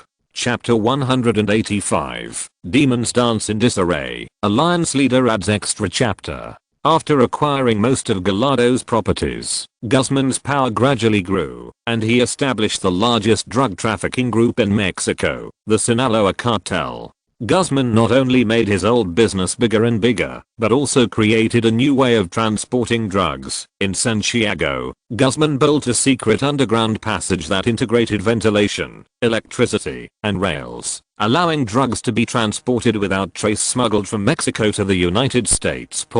Because in 1992, when Guzman was fighting with his rivals, he inadvertently caused the tragic death of 7 innocent people, including the respected Cardinal Juan Jesus Posadas. The cardinal was murdered, which made Mexican officials very passive. The Holy See and the international community began to put pressure on the Mexican government. So in June 1993, just before the start of the World Cup, Guzman was arrested in Guatemala and was then escorted back to Mexico. After his arrest, Guzman was sentenced to 20 years in prison for bribery and drug trafficking and was sent to a high security prison to serve his sentence. But like those jailed gang leaders, high security equals high luxury. Guzman bribed almost all the jailers, which allowed him to watch TV and order food freely in his cell, and when he wanted to contact his business partners, he could even use his mobile phone. If that didn't work, they could still come directly to visit the prison. In addition to his partners, his wives and lovers often come to accompany him to satisfy his desires. Not to mention a giant like Guzman. Even ordinary prisoners can live well in prison, as long as they have money or brains. A prisoner in my hometown used a mobile phone to communicate while serving his sentence. He had several lovers, defrauded him of more than 100,000 yuan, and even gave away the wife of a policeman. This happened in 2013. Baidu can still find this matter now, so I won't go into details. Therefore, after visiting Guzman, Ibrahim suddenly decided to arrange the party in the prison. The prison, which was supposed to be a place to punish criminals like them, turned out to be a paradise for them to indulge in carnival. What place can be more exciting and crazier than here? Ibrahim's crazy proposal was immediately approved by Guzman. Although his life here was extremely comfortable, and he even gained several pounds, this kind of life where he drank, played cards and played with women all day long. It was really boring after a long time, so he not only supported Ibrahim's plan, but was also willing to provide all financial support and various guarantees. When Shakru arrived at this special party location, he discovered that there were not many people attending the party this time. There were only 4 people in the gorgeously decorated party hall. Among them, Ibrahim and Toktakan of Shakru were all acquainted, and there was also a dwarf, a middle-aged man in rich clothes, and a young Asian. Chapo was undoubtedly the host this time, the Mexican drug lord Guzman. As for this young man, Shakru didn't know him. Fortunately, at this time, Ibrahim took the initiative to stand up and introduce Guzman. This is the divination master I often mentioned to you, and the inventor of Wilman, that you admire the most in the past 2 years, Shakru brother Pandit. Then he turned to introduce Shakru. This is the Mexican limelight. The most powerful person is also the host this time, Joe Queen Guzman. Finally, he pointed at the middle-aged man in gorgeous clothes and said, this young man who is more handsome than you is a playboy from Italy. Matteo Messina Dinero, also known as the Little Prince of Tisipani. Dinero waved his hand and said modestly, I'm already 32, so I'm still a little prince. That's all in the past. Hearing this, Shakru suddenly thought of a person in his mind, and then asked tentatively, Mr. Dinero, your father is not Mr. Francisco, is he? Dinero nodded in surprise and said, hey, Mr. Pandit, do you know my father? I don't know him, I just admire his name for a long time. Shakru told the truth. He really didn't know Dinero's father Francisco, but his name was already well known to him. Francisco is the ace killer of the D'Ali family, the most famous and oldest Mayfair family in Italy, and later became the head of Tisipani through his merits, perhaps because he inherited his father's brave and aggressive genes. Dinero has loved everything about killers since he was a child. Known as the Little Prince of Tisipani, Dinero learned to use a gun at the age of 14. At his 18-year-old coming-of-age ceremony, Dinero swore allegiance to the Mayfair and successfully completed it a few days later. His first assassination mission within the Mayfair, a senior Mayfair killer who has been arrested, said of him in prison, from the day Dinero came of age, there was an evil god in Sicily. This guy likes Porsches, Rolexes, and women, and he looks gentle on the outside. If you saw him on the street, you would never associate him with the Mayfair, but in fact, he is not only a popular idol within the party, man of the year, and the successor chosen by the Mayfair legend and the godfather of godfathers Provenzano. After Provenzano was arrested in April 2006, Dinero became the leader of the Mayfair. The new boss is here to this day. At this time, Shakru saw Ibrahim sitting down, but there was another person present who he had not introduced to him. In fact, he could not help but ask curiously, Brother David, there is another gentleman you did not introduce to me. Ibrahim then reacted and introduced, oh, I forgot, this Mr. Yi is Guzman's right-hand man. If you need anything in Tijuana, just find Mr. Yi. Shakru thought, no wonder you introduced him so perfunctorily. It turned out to be a henchman, but it sounded like this guy was Chinese, so Shakru took the initiative to greet him and asked, Mr. Yi, are you Chinese? The man surnamed Yi nodded and said, well, I'm from Shanghai, and just came to Mexico in 1990. I heard that Mr. Pandit also has a branch in China. That's right, but my branch is not in Shanghai, but in Changchun, northeast China. Can I ask what Mr. Yi's name is? Oh, my name is Yi Zhenli. Haha, this name is a bit strange, but I can't help it. Please forgive me. Chapter 186 The Good Man Pablo. Although Yi Zhenli's name was indeed a bit too big, Shaklu's mind was not on it at all at this time, because he remembered who this guy was. If it weren't for the memory of his previous life, Shakru would never have believed that the kind-hearted and gentle-faced Chinese in front of him was the #1 Chinese drug lord in history, and the criminal with the highest amount of stolen money in the world. In his cell in Mexico inside the residence, police found more than $200 million in cash. This was more than $200 million in cash. The police who were in charge of the search at the time were dumbfounded. It was said that the entire house was filled with hundreds of dollars, bulging suitcases, cabinets with doors that could not be closed, and hidden walls. It was cash, and in a secret room behind the mirror in the dressing room, there was a room full of banknotes neatly stacked. In the end, the Mexican police had to dispatch a large truck to work overtime. Under the escort of 25 police cars, the huge sum of money, weighing more than 2,000 kilograms, was finally transported to the police headquarters. Then they worked overtime late at night to count the amount of banknotes. 207 million US dollars, 200,000 euros, and 157,500 Mexican pesos. This is a staggering figure, only 1/5 of the amount seized in Mexico's anti-drug and anti-money laundering operations in 2006. At this time, Shakru was really smiling bitterly in his heart. Although he knew, before coming, that Ibrahim's old friends were definitely not good people, he never expected that each of them had such a big background. They were like the underground emperors of Tijuana. Guzman, the future Italian mafia successor de Niro, and Zenli, the holder of the record for the highest stolen money in history. Hey, it seems that what Ibrahim said before is right.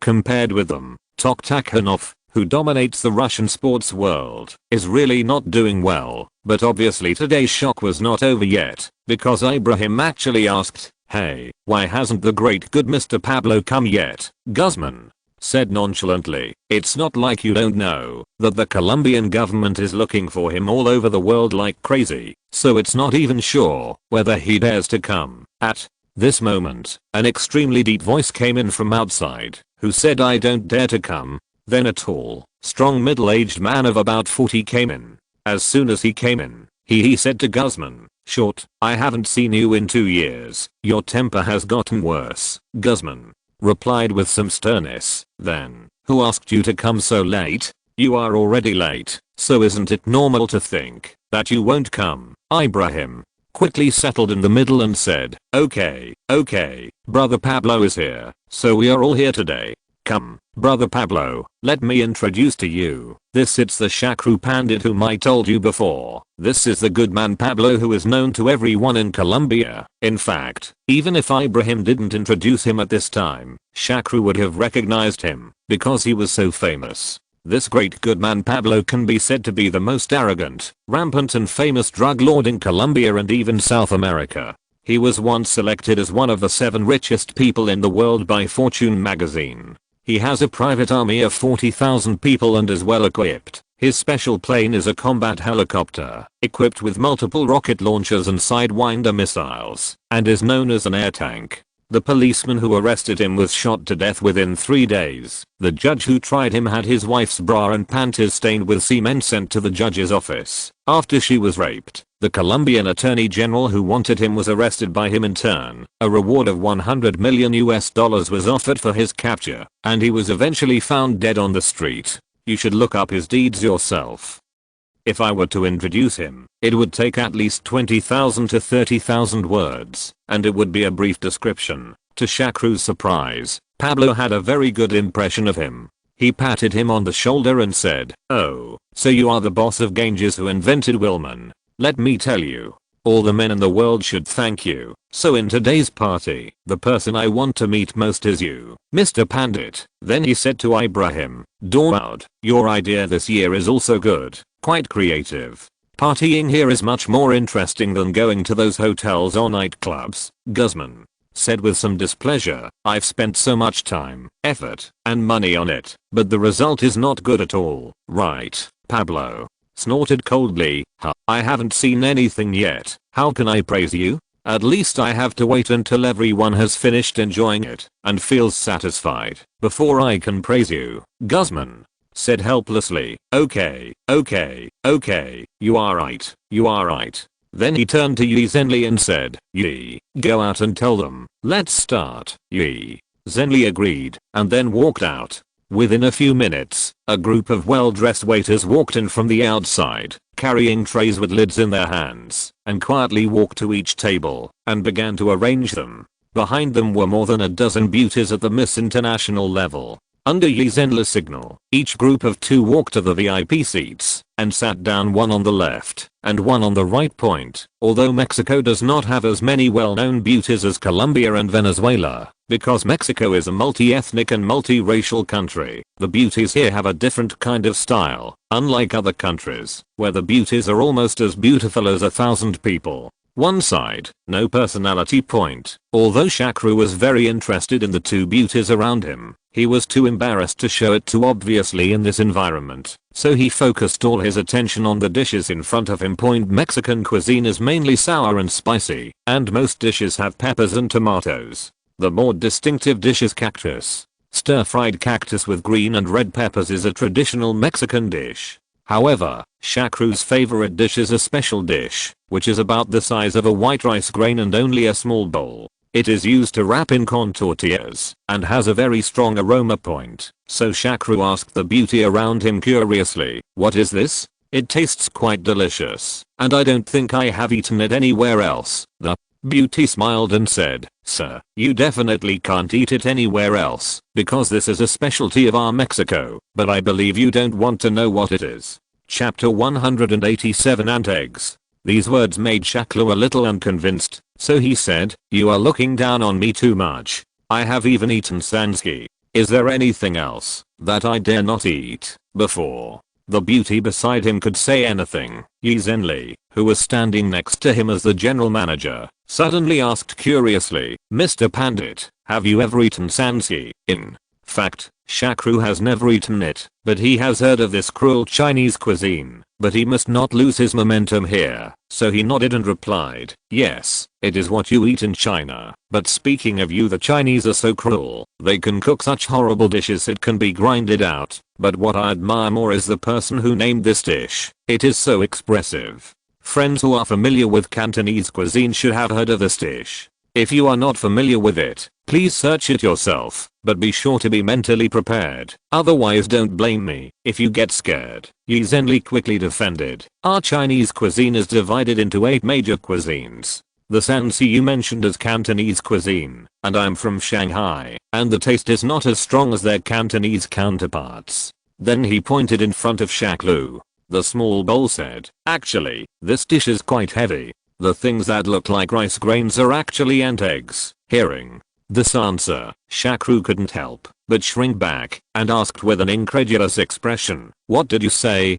Are these ant eggs?" Yi Zhenli nodded and replied, "Yes, these are ant eggs, but they are not ordinary ant eggs. They are giant ants that are a specialty of Mexico, and they must be giant ants that grow in the driest places. Every year in April and May, special personnel have to be organized to dig out the ant nests. The yield is very low, and you can't even eat it in ordinary restaurants. In the past, this was a special delicacy for the royal family." Shakru sighed with lingering fear. "It seems that your Mexican emperor is not living a good life either, Mr.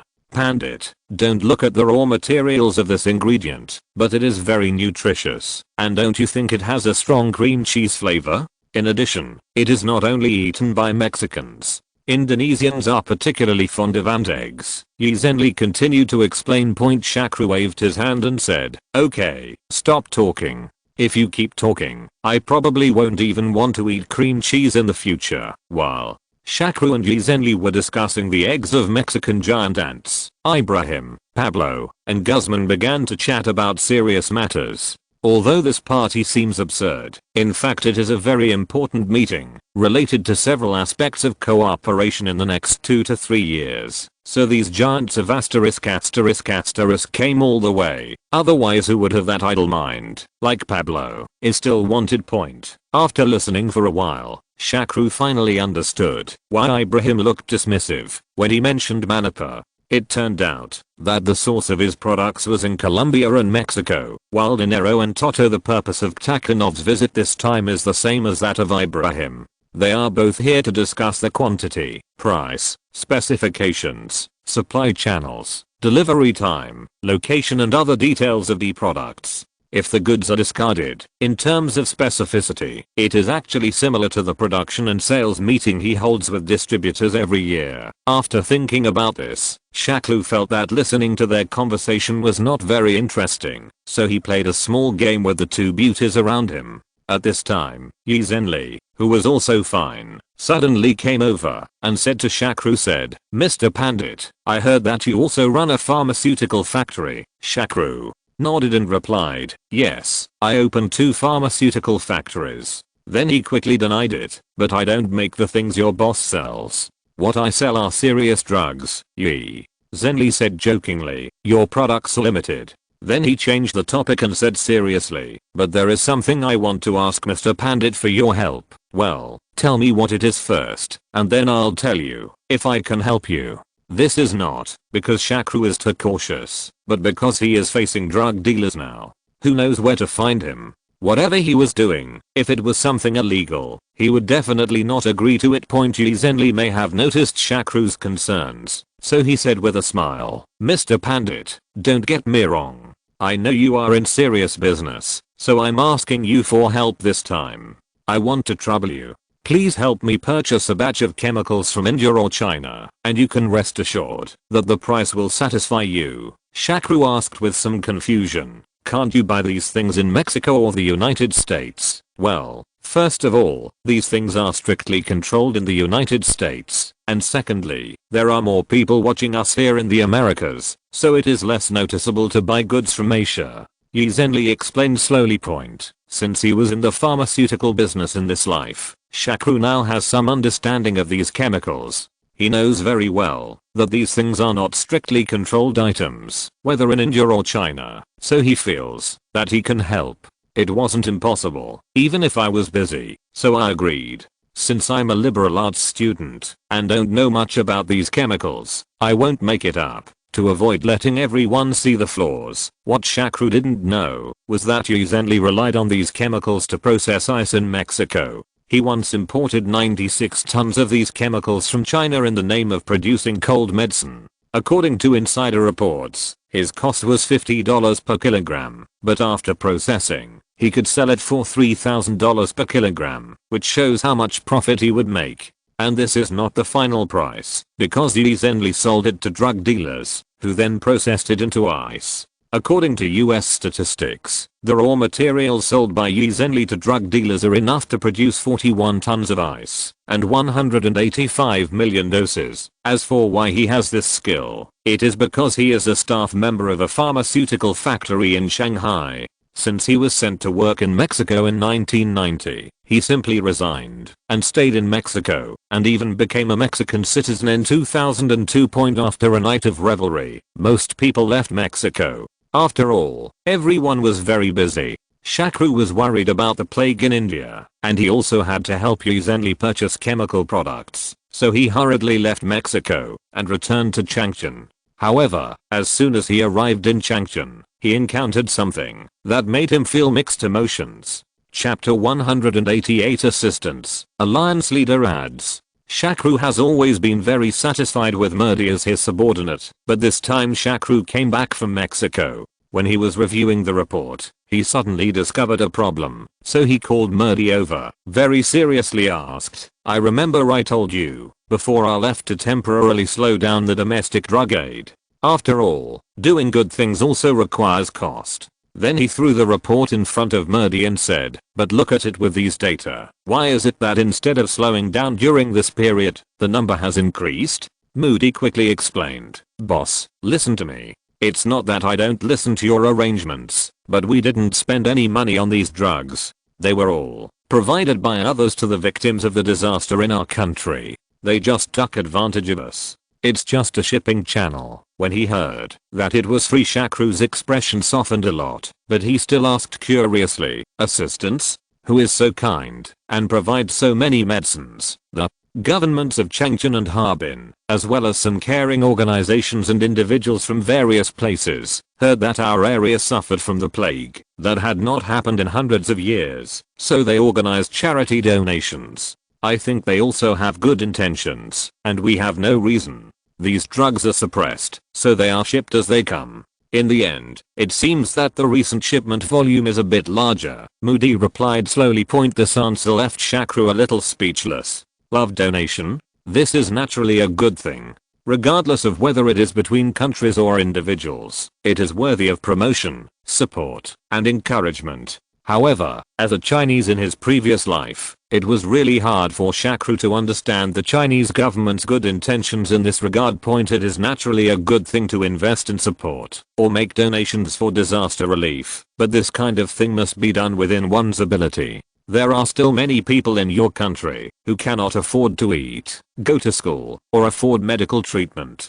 If you don't invest in support or help, always throwing money away, which is a bit incomprehensible. Especially some small countries are just here to defraud and support you. Even if you give them money and supplies, they will not care about you behind your back. They will eat your food aid and then turn around and attack you. It's not like this has never happened in China's history. The most famous one is the white-eyed wolf in Vietnam. However, his identity in this life was Indian, so he could not say such words. So he could only helplessly rub his temples and said, well, since you have received assistance from others, remember to send a few more statements of thanks. We also put up some promotional slogans in the factory so that people can feel our gratitude. Okay, after explaining this matter that made him feel very complicated, Shakru asked again, by the way, has there been any news about Rajkumar in the past few days? Has he returned to New Delhi? Speaking of this Rajkumar, Shakru was also very upset.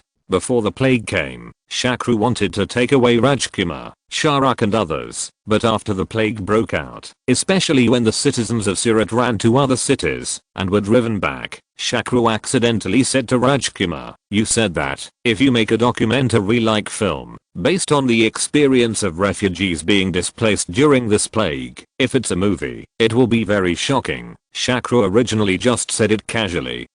But Rajkumar unexpectedly took it seriously. He not only praised Shakru's idea repeatedly, but also planned to risk returning to Surat for on-site shooting and interviews. Shakru will naturally not agree to Rajkumar taking this risk. You must know that he is still counting on Rajkumar to film Three Idiots in Hollywood and Erotic God for him in the future. What if this happens? If something happens to him, what will happen in the future? He only promised to pair local reporters in Surat or other people with experience in interviewing and filming to record it on their behalf. However, Rajkumar was worried about them and felt that he would not be sure if he could not get first-hand information, so he simply played the game.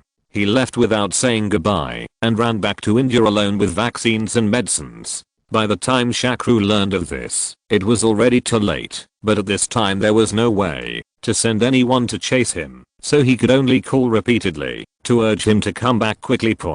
But now just looking at Murdy's expression, he knew that this movie lunatic hadn't come back yet. As expected, Murdy hesitated for a moment and then replied a little embarrassed, boss, Rajkumar did call back the day before yesterday, but he only said the filming and interview went very smoothly and there is no word on when he will come back. But boss, I think he was vaccinated before departure and brought a lot of medicine, so it should be no big deal. Shakru sighed, rubbed his temples again and said, if anything happens, we can't do anything about it now. Okay, tell me if you have anything happy. Murdy thought for a moment and then said, boss, the propaganda section chief you promoted last time, Luhan, is quite good. Although he is a little behind in professional skills, he is very smart, reliable and cooperates well with us. I think you can hand over this branch factory to him, so that you can save some worry when you are not here. In fact, Shakru had a very good impression of Luhan, but he still pretended to be dignified and said with a frown, Murdy, is this kind of thing something you should worry about? Tell me, how much did you accept Luhan? Benefit. Shakru's words frightened Murthy. He broke out in a cold sweat and said in a trembling voice, boss, don't get me wrong. I have absolutely no other intentions, and I don't dare to charge anyone a rupee. The advantage is purely from a work perspective. I have been with you for 3 years, and you still don't know what kind of person I am.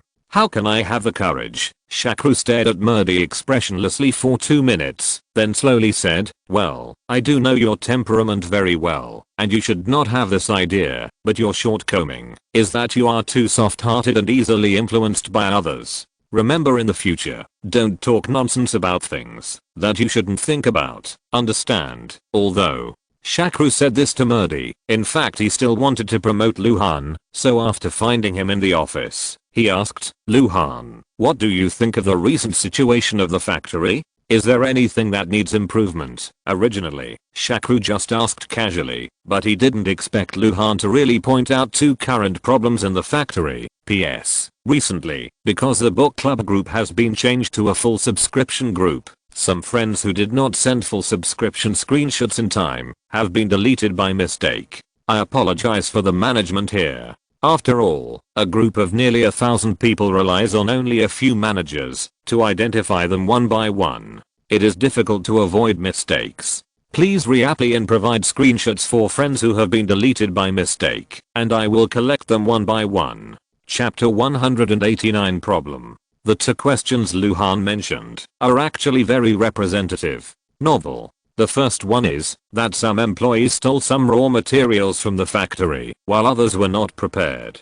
In fact, this kind of petty theft was very common in Chinese factories at that time. It is said that you have a mountain to live on and a water to drink from. When you work in a brick and tile factory to build a house, you don't need to buy bricks. When you work in a transportation company, you don't need to pay a fare when taking a bus. When you work in a silk fabric company, you can use fabrics for free. Some people even made up a jingle. The factory director gets the check, the section chief gets the invoice, and the workers have no choice but to get some raw materials. Although the Chinese people were not very open-minded at that time, and no one had the nerve to go to pharmacies or health food stores. It seems that there were no health food stores at that time to buy things like Wilman, because it would not sound good if it spread out. It looks like you are in poor health, and secondly, it is easy for people to misunderstand that there is something wrong with your lifestyle. But in fact, it is not that there is no demand for this medicine. At first, it was just internal employees who secretly took 2 pills, and later it gradually developed into taking them for relatives and friends. Because the size of the drug Wellman is so small, it is difficult for security personnel to detect who is carrying it secretly. And because most of the employees in the factory come from the new industrial village and are seen without looking up, no one will search them carefully. Another reason is that people think that what I took belongs to a foreign boss. What does it have to do with you? Why are you checking me? Shakru understood the first question very well, but he couldn't believe the second question. You said that the entrance to our factory has become a night market. Luhan nodded and said, yes, and it is the busiest place in the nearby area at night. If you don't believe it, you can come with me to see it at night. Then you will know how serious the situation is. The working hours of Gang Pharmaceutical Factory are from 8 in the morning to 6 in the evening, so at 6:30, the factory is empty, but the gate is bustling with people coming and going.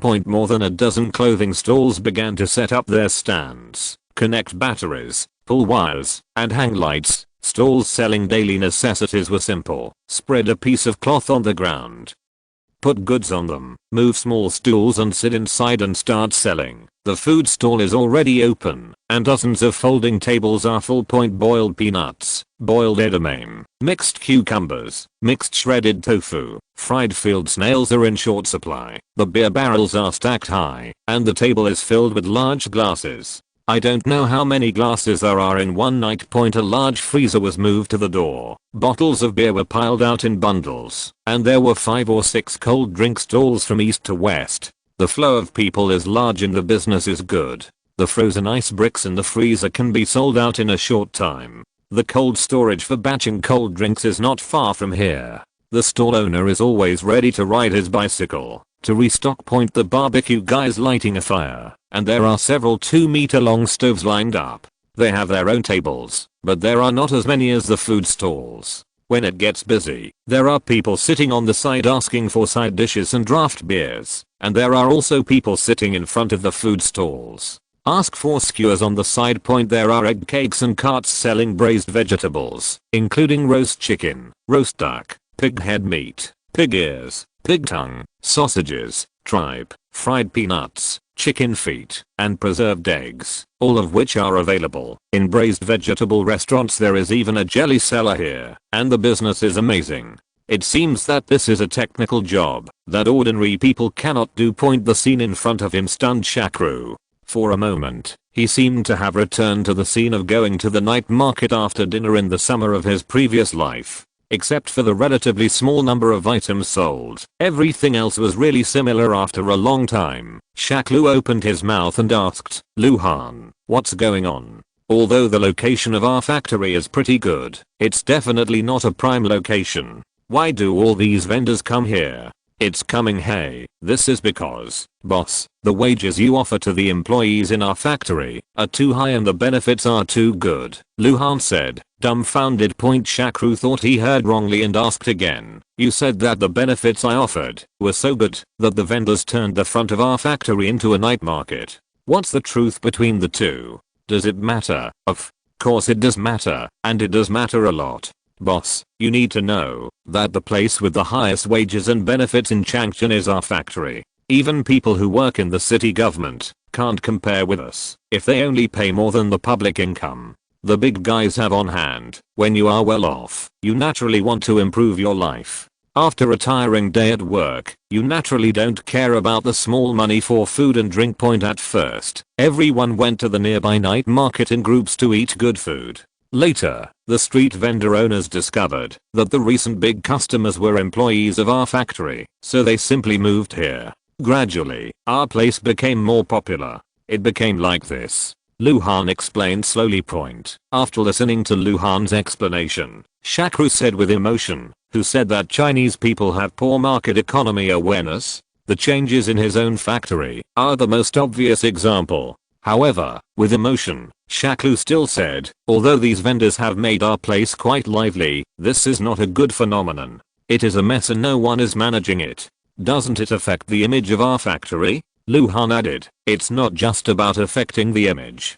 First of all, they destroyed sanitation. They made money here every day, but after they left a lot of garbage in our factory. Now the city government requires all units to implementing 3 guarantees at the door, is equivalent to our factory wiping their butts for them. The cleaners have reported this to us many times. In addition, this disorderly operation has caused many security and traffic risks. Petty theft, eating without paying, short wait and so on are endless. If you don't take care of it, something might happen." At this point, Shakru looked at Luhan with new eyes. He felt that, although this person was not good in professional technology, he was still very responsible and perceptive in daily management. Since he raised these problems, he must have a suitable solution in mind. But to Shakru's surprise, when he asked Luhan what countermeasures he had for these 2 problems, Luhan shook his head and replied, "Boss, you have to come forward to solve these 2 things.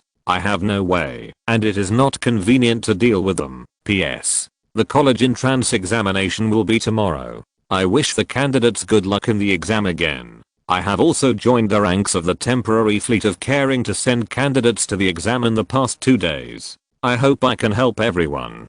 To be continued. If you're listening to this novel on a channel other than Fanfic World, it means they downloaded and uploaded it without effort. We cordially invite you to visit our channel, Mundo Fanfic Novelos. There you'll find the original version of this story and you can explore many other novels of various genres. We're waiting for you to immerse yourself in a world of incredible novels. Chapter 190 entitled, Shakru asked in confusion, "Oh, why do you say that, Lu?" Han explained, "First, I'm too young, and I'm only the head of the propaganda section, so I don't have much deterrence or authority to take care of this matter. Even if I say it, no one will take it seriously. Secondly, everyone, most of them are from Industrial New Village, and they almost all know each other. It's hard to control people who don't look up when they see each other all day long. Is it true that you have nothing to do?" Shakru asked with a deep look at Luhan. Luhan pondered for a moment, and then replied, "It's not impossible, but it requires the cooperation and corresponding authority of other relevant units. You are a foreign businessman and a major profit and tax owner in the city. You can directly approach the city government and let the industry and commerce, the taxation, health, street and other departments dispatch joint law enforcement to clean up all the vendors at the door. As for those who are trying to plunder people, it is even easier. You just need to spread the word and say that the plague situation in India has gradually stabilized recently, so the production of the main factory must be gradually resumed. Therefore, the branch factory does not have such a large workload, so it is necessary streamline the personnel. As long as there is such a rumor, and our publicity department will increase the publicity about strictly investigating the behavior of stealing sheep and the price of wool gang overseas, no one will dare to steal it again. At the end of the sentence, Luhan looked up at Shakru and asked, by the way, boss, you don't really have any plans to downsize your staff recently, do you? Shakru laughed dumbly and said, don't worry, it won't happen. I finally recruited all the people and streamlined them in less than a year. So why should I bother? And casually downsizing people will not have a good impact. Originally, everyone there is not enough confidence in foreign-owned factories like ours. No matter how often we lay off people, there will be even less people to apply for jobs when they need manpower in the future. However, some people do need to be eliminated. At the beginning, we couldn't recruit enough people, so the people who came were mixed, good and bad. Now that the situation in the factory has basically stabilized, we should gradually eliminate these people. After all, this is private factories, not state-owned enterprises. Do not support idle people, so you can take the opportunity of clearing this part to warn everyone. In addition, I took a look and found that the security here is really poor. There are only 2 gatekeepers and watchmen, both of whom are old men in their 60s. This is not good. I'm going to hire some professionals to enhance our security capabilities. The professionals Shakru mentioned actually wanted to go to Liu Zan's place to get some veterans. With these people guarding the door, they should be able to guard against street vendors outside or part-time thieves inside.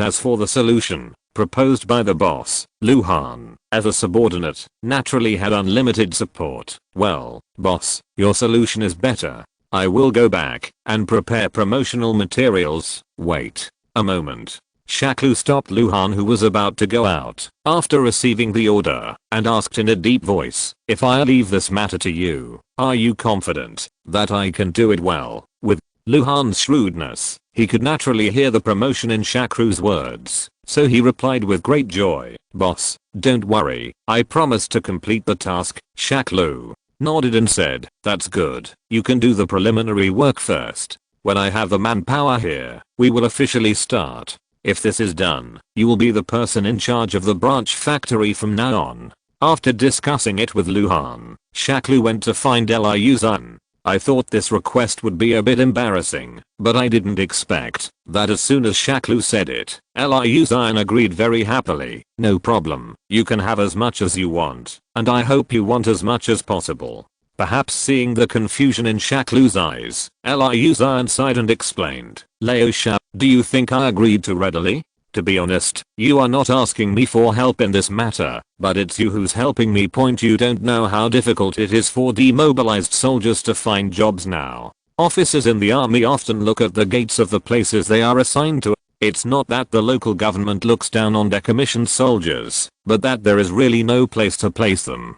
There are only so many positions every year, but there are more and more college students, technical secondary school students, orientation students, and demobilized soldiers, and this does not count those who take over.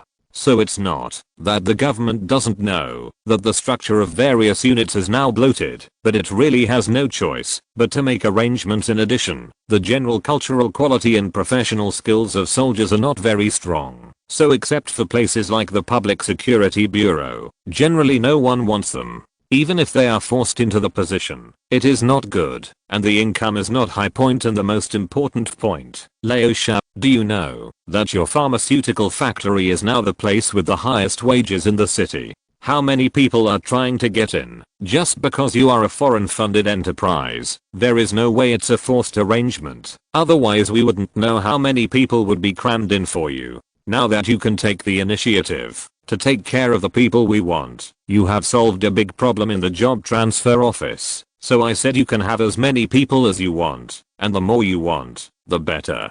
Shakru thought to himself, are you starting to complain now? Then when the state-owned enterprises are reformed and large-scale layoffs occur, some of you will have a headache. But he still said, don't worry, as long as the young men you send work well, there will definitely be no problem in terms of welfare benefits, which can only be higher than those of employees.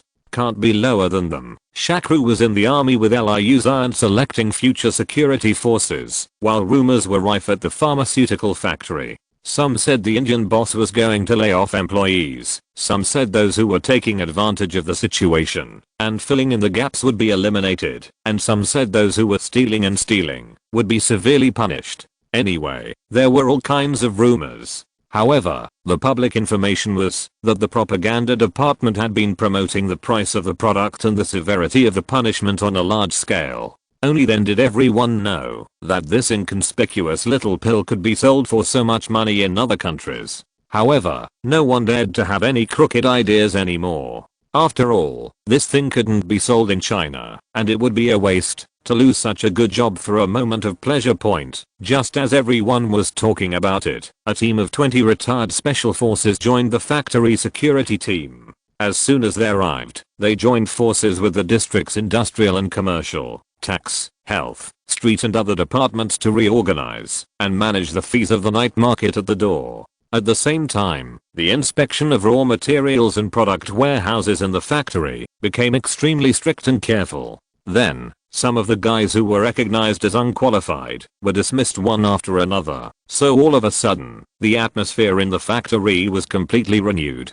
Chapter 191 Rat Demon. The plague epidemic caused extreme panic among people. This fear not only spread throughout India, but also spread rapidly around the world like a forest fire.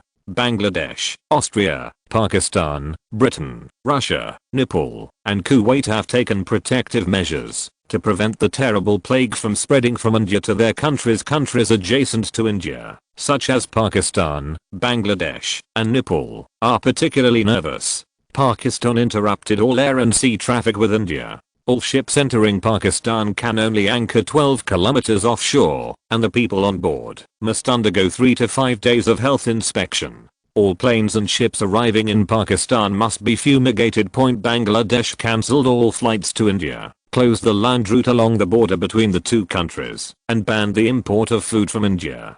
The border between Nepal and India is open, and people pass through the border checkpoints every day, so the risk of infection is the greatest point. In order to resist the invasion of the rat demon, Nepal unilaterally carried out strict health inspections on incoming personnel at important checkpoints. In addition, more than 40 countries including the Gulf countries, Malaysia, Singapore, Thailand, Japan, Britain, Germany, France, South Korea, etc. have taken decisive measures to temporarily interrupt air and sea traffic with India, cancel flights to India, and quarantine, disinfect and inspect flights, ships, cargo or passengers from India. They suggested that their citizens postpone their trip to India and evacuate their citizens from India by plane or special train. Some foreign affairs activities were also cancelled as a result. Togolese President Immersed shortened his visit to India and hurriedly returned home. Iranian President Rafsanjani postponed his visit to India. The West Indies cricket match was also postponed. Indonesia cancelled a song and dance troupe's visit to India. These countries cancelled foreign affairs activities and evacuated their citizens from India, which further aggravated the fear and precautions of various countries. The economic losses caused by this plague epidemic to India are incalculable. For a period of time, it made India abandoned by the international trade community, including some of its closest trading partners. Flights were interrupted, cargo ships were stopped, and business meetings were either postponed or cancelled. The suspension of air and sea transport between India and the 6 Gulf countries alone dealt a severe blow to India's import and export trade. Half of India's exports were shipped from Mumbai, most of which were shipped to the Gulf countries. After the transportation was interrupted, spoiled goods piled up in Mumbai, and exported agricultural products were unable to be shipped out, resulting in a loss of $700,000 a day. The plague epidemic cast a shadow on India's tourism industry. In previous years, this time of year was the peak season for tourism, but the outbreak of plague caused India's tourism peak to be aborted halfway. The Chief Minister of Kerala said, during the plague epidemic, the number of tourists decreased by more than half. According to preliminary estimates by relevant departments, the cost of treating and preventing plague syndrome alone reached tens of billions of dollars, and the loss of trade and tourism reached $1 billion. Other losses were also very severe. Surat's diamond industry is world famous. When the plague began to spread, the diamond processing factories there were running at full capacity, day and night, to meet international demand before Christmas. However, the plague epidemic caused serious losses to the city's diamond industry, and many users stopped importing. India's textiles and clothing are one of its major export products, and the United States and Europe are its largest customers. However, the plague epidemic has caused the United States and Europe to strictly control imports from India, causing serious losses to India's export trade. In recent years, the Indian government has been working hard to create a modern image, but the plague epidemic has dealt a serious blow to it. An authoritative source said that people have doubts about the Indian government's ability to deal with social and public health issues while embarking on a track of rapid economic development.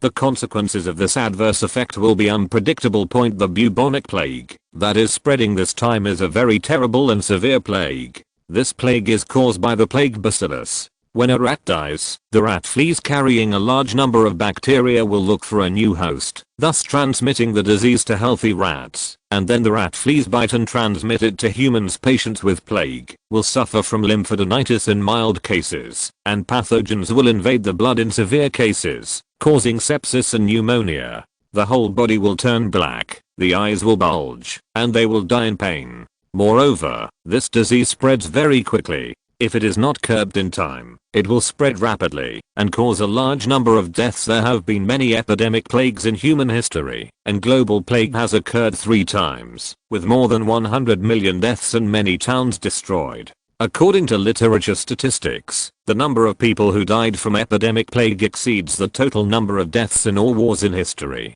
No wonder people call this disease Black Demon in horror. In order to remember the evil of the rat demon, we have to make a brief review of its history of ravaging mankind. Plague. When did this demon come to the world to harm mankind? This question is left to experts to study and verify. In the 6th century AD, the plague was introduced to Rome through Egypt, and the plague spread rapidly, killing more than half of the Romans. This is probably the earliest record of the plague harming humans. Although there is no detailed record in history books about the harm caused by the plague to mankind, it is not difficult to imagine from just a few words the serious situation that the rat brought to the Romans at that time.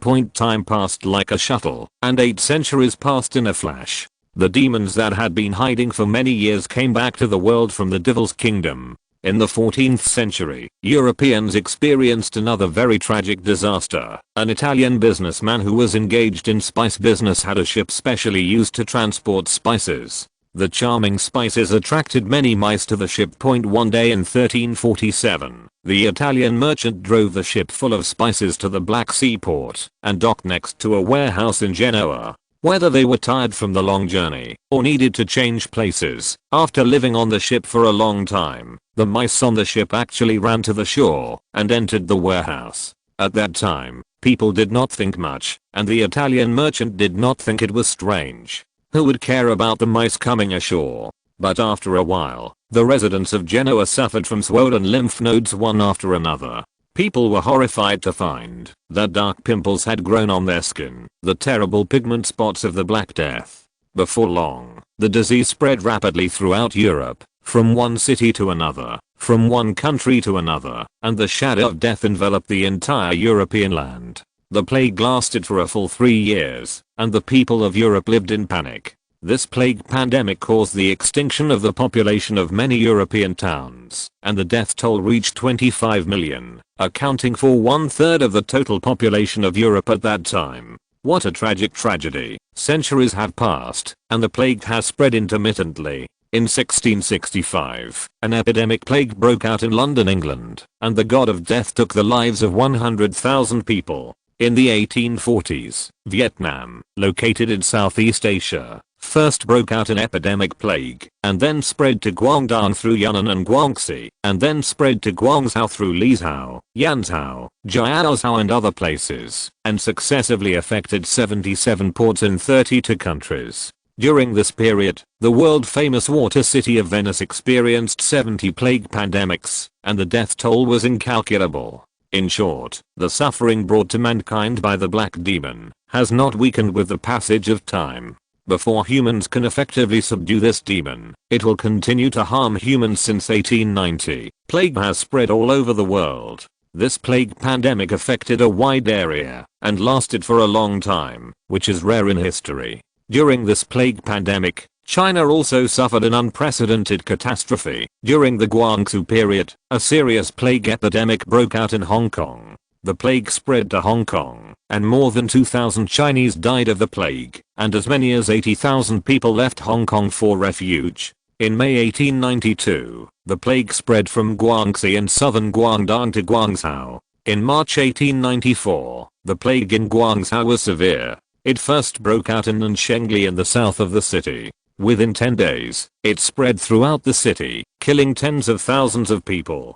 The whole city fell into a terrifying scene, which lasted for half a year before it subsided. In 1910, plague broke out in the 3 northeastern provinces of my country. The plague was first seen in Manchuria, and the dead population spread to Harbin, Changchun, Fengshan and other places through the railway line, and then invaded Zili and Shandong. According to incomplete statistics, the plague epidemic claimed the lives of 50,000 to 60,000 people. In this plague pandemic, India, located in South Asia, was not spared. Human beings are the masters of nature, and we must not let the rat demon wreak havoc.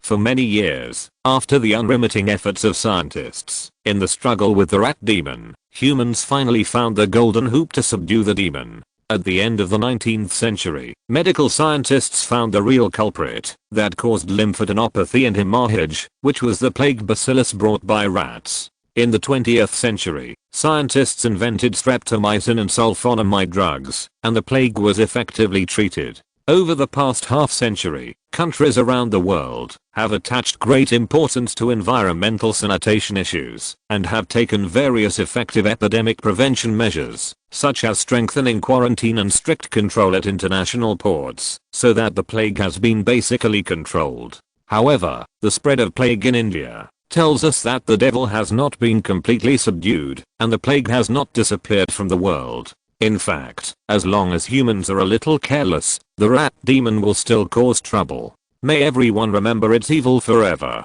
Chapter 192 City of Sin. Alliance leader adds extra content. After dealing with the branch factory, Shakru originally wanted to return to New Delhi, but a call from Aishwarya changed his mind. Aishwarya's call was about something.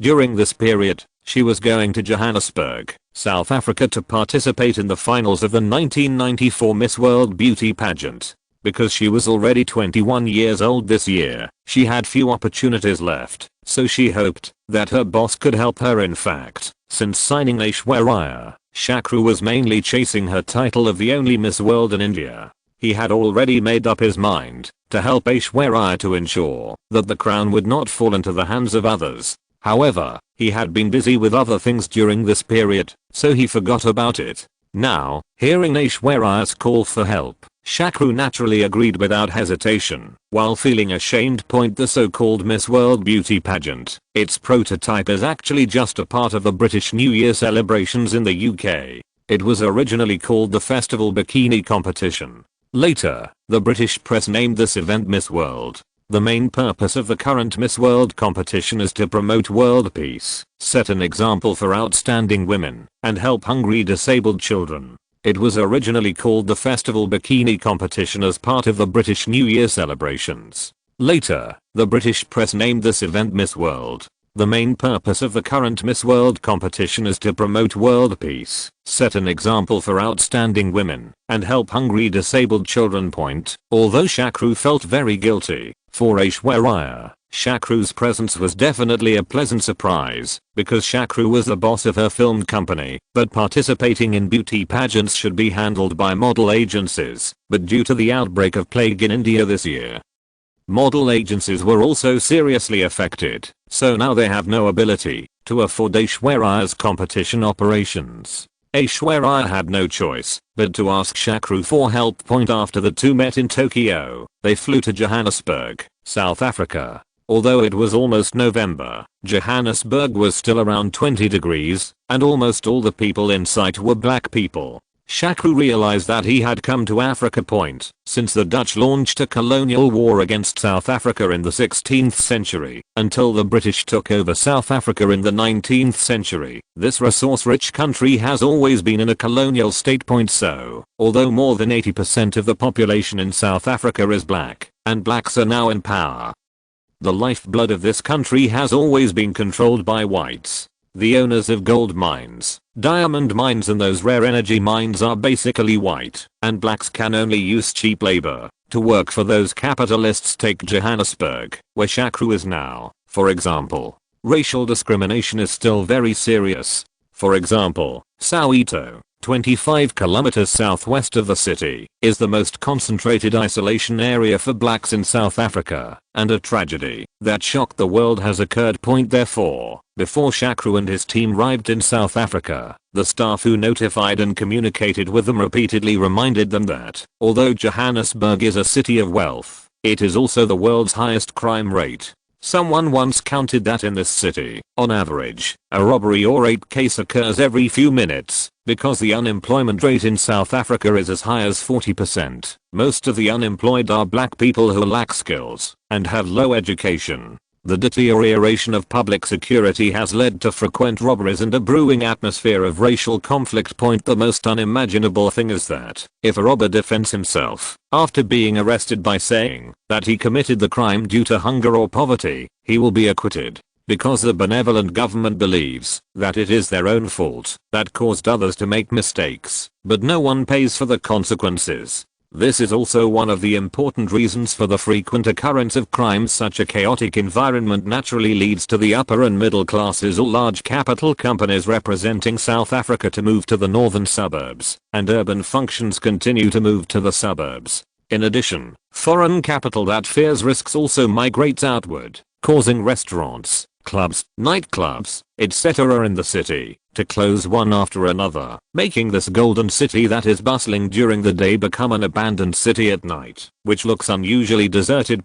Although the lights were flashing outside the car window, Shakru and others could see that there were few people walking on the road. Only a few black people were whistling at the passing cars on the street. The atmosphere in the car became a little depressing. After about half an hour, the car stopped at the door of a hotel near Sandton Square. Oh, there is a thief. No one noticed that a small figure was hiding in the shadow of the flower bed full of tropical plants opposite the hotel gate. When Aishwarya, who was walking at the end, got off the car, the figure rushed towards her quickly. This time Aishwarya brought 2 suitcases of clothes for the competition, but Kabiva and Mustafana helped her carry them, so she only carried a lady's purse on her shoulder. The figure hiding in the dark wanted to snatch the bag on Aishwarya's shoulder, but just when he grabbed the purse and was about to run away, Aishwarya subconsciously pulled it with her hand. However, women are not as strong as men. Although it was just a boy, he still dragged Aishwarya to the ground.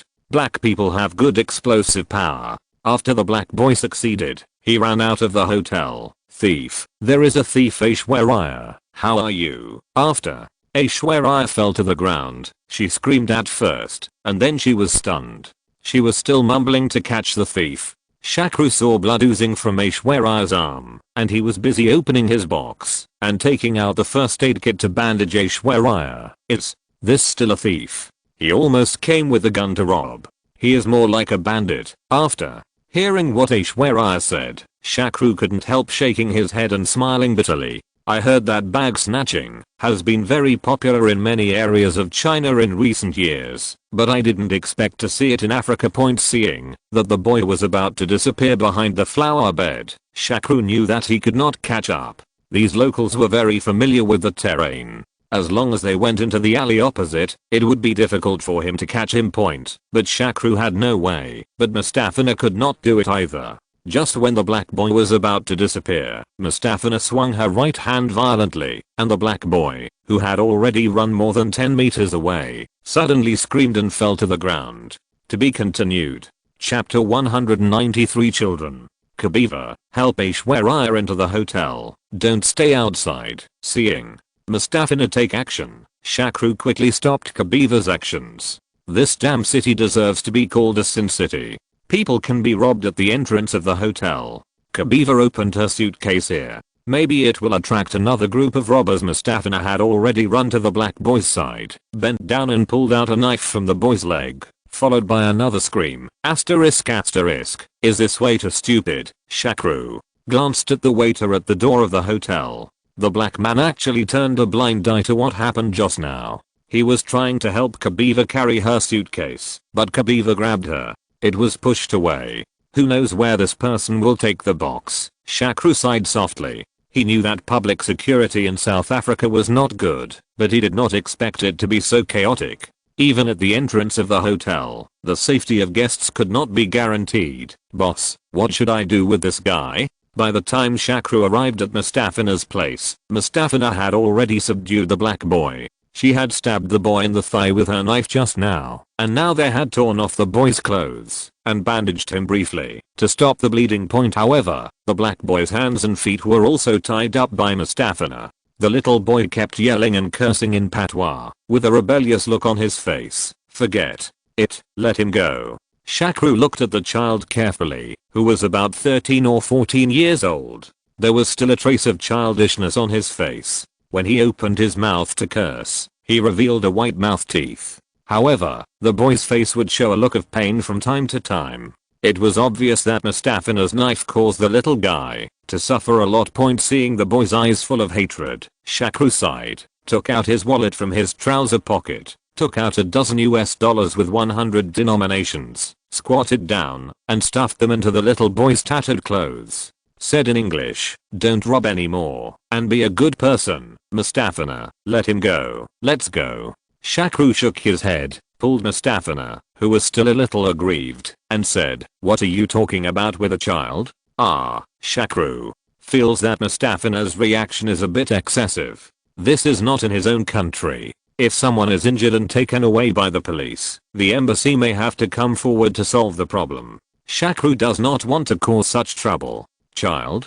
Mustafina sneered and said, boss, in a place like Africa, never do such a thing in the future, otherwise you will be remembered.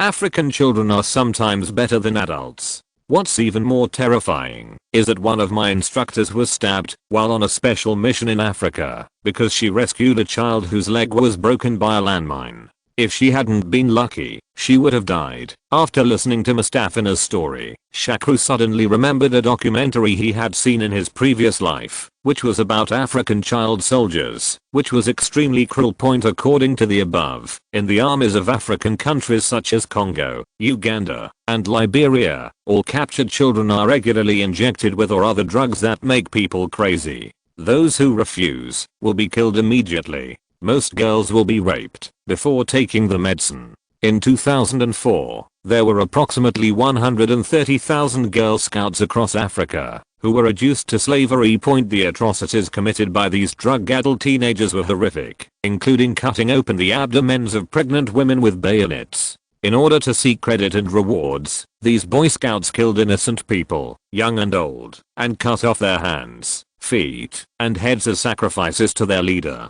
The child soldiers raped girls, often raping them first, and then killing them. They also castrated the genitals of government policemen, and tried every trick to kill them. In the eyes of these child soldiers, there is no distinction between good and evil. They only worship and obey their leaders or chiefs, because from these people, they can get the drugs to control them. In order to train the Boy Scouts' violent tendencies, they are sometimes asked to kill their parents, friends, and drink their blood. During the 10-year civil war in Sierra Leone, the rebel leaders forcibly recruited nearly 10,000 child soldiers aged 9 to 15. These child soldiers were armed with AK-47 rifles that had been eliminated from Asia, wore camouflage uniforms, smoked, drank and played with women like adults after the Civil War. These surviving child soldiers no longer knew how to survive apart from war and killing. Many people died of drugs, and more people devoted themselves to countries still in war, continuing to kill and kill crazy. Point of course Mustafina knew these things, that Shakru knew better. South Africa was not far from those war-torn countries, so Mustafina was very vigilant. Who knows if this black boy came from other countries? The child soldiers, that the country fled to South Africa, sir, thank you. Just when Shakru and Mustafina were thinking wildly, a boy's voice suddenly came from behind, with a slight whimper. Shakru was stunned for a moment, waved his hand and said, "Let's go, don't do this again." The black boy stood up, bowed deeply to Shakru, and then limped into the darkness. How is it? As long as you are a human being, you still know what is good, and what is good. Shakru patted Mustafina on the shoulder, and walked into the magnificently decorated hotel lobby. However, Shakru's mood, which had improved a little, was completely ruined after entering the hotel. Because as soon as he walked into the hotel lobby, he found Kabiva arguing with the waiter who had just stood by the door, and Aishwarya's face was also full of indignation. "Boss, this guy still has the nerve to ask for a tip? He didn't care about us being robbed. He didn't ask him to carry the box just now, but he insisted that he served us and must collect a tip. Get lost." Before Shakru could speak, Mustafina on the side couldn't suppress her anger. She stepped forward and pushed the tall waiter aside, saying in English, "If you don't want to die, stay away from us." Mustafina, who always seemed lazy, was murderous at this moment, with a cold light in her eyes, and the black waiter retreated again and again. P.S. Some book friends said in the book review area that I changed the internal fan group from reward entry to full subscription entry, which was not friendly enough to friends who had joined the group before. Let me explain here that, although I bought a questions membership and expanded the group to thousands of people, it was almost full a while ago. In order to make room, I had to clear out some people. Then naturally I have to keep the friends who have always subscribed to and supported me. There is nothing wrong with this, right? Chapter 194, Gratitude.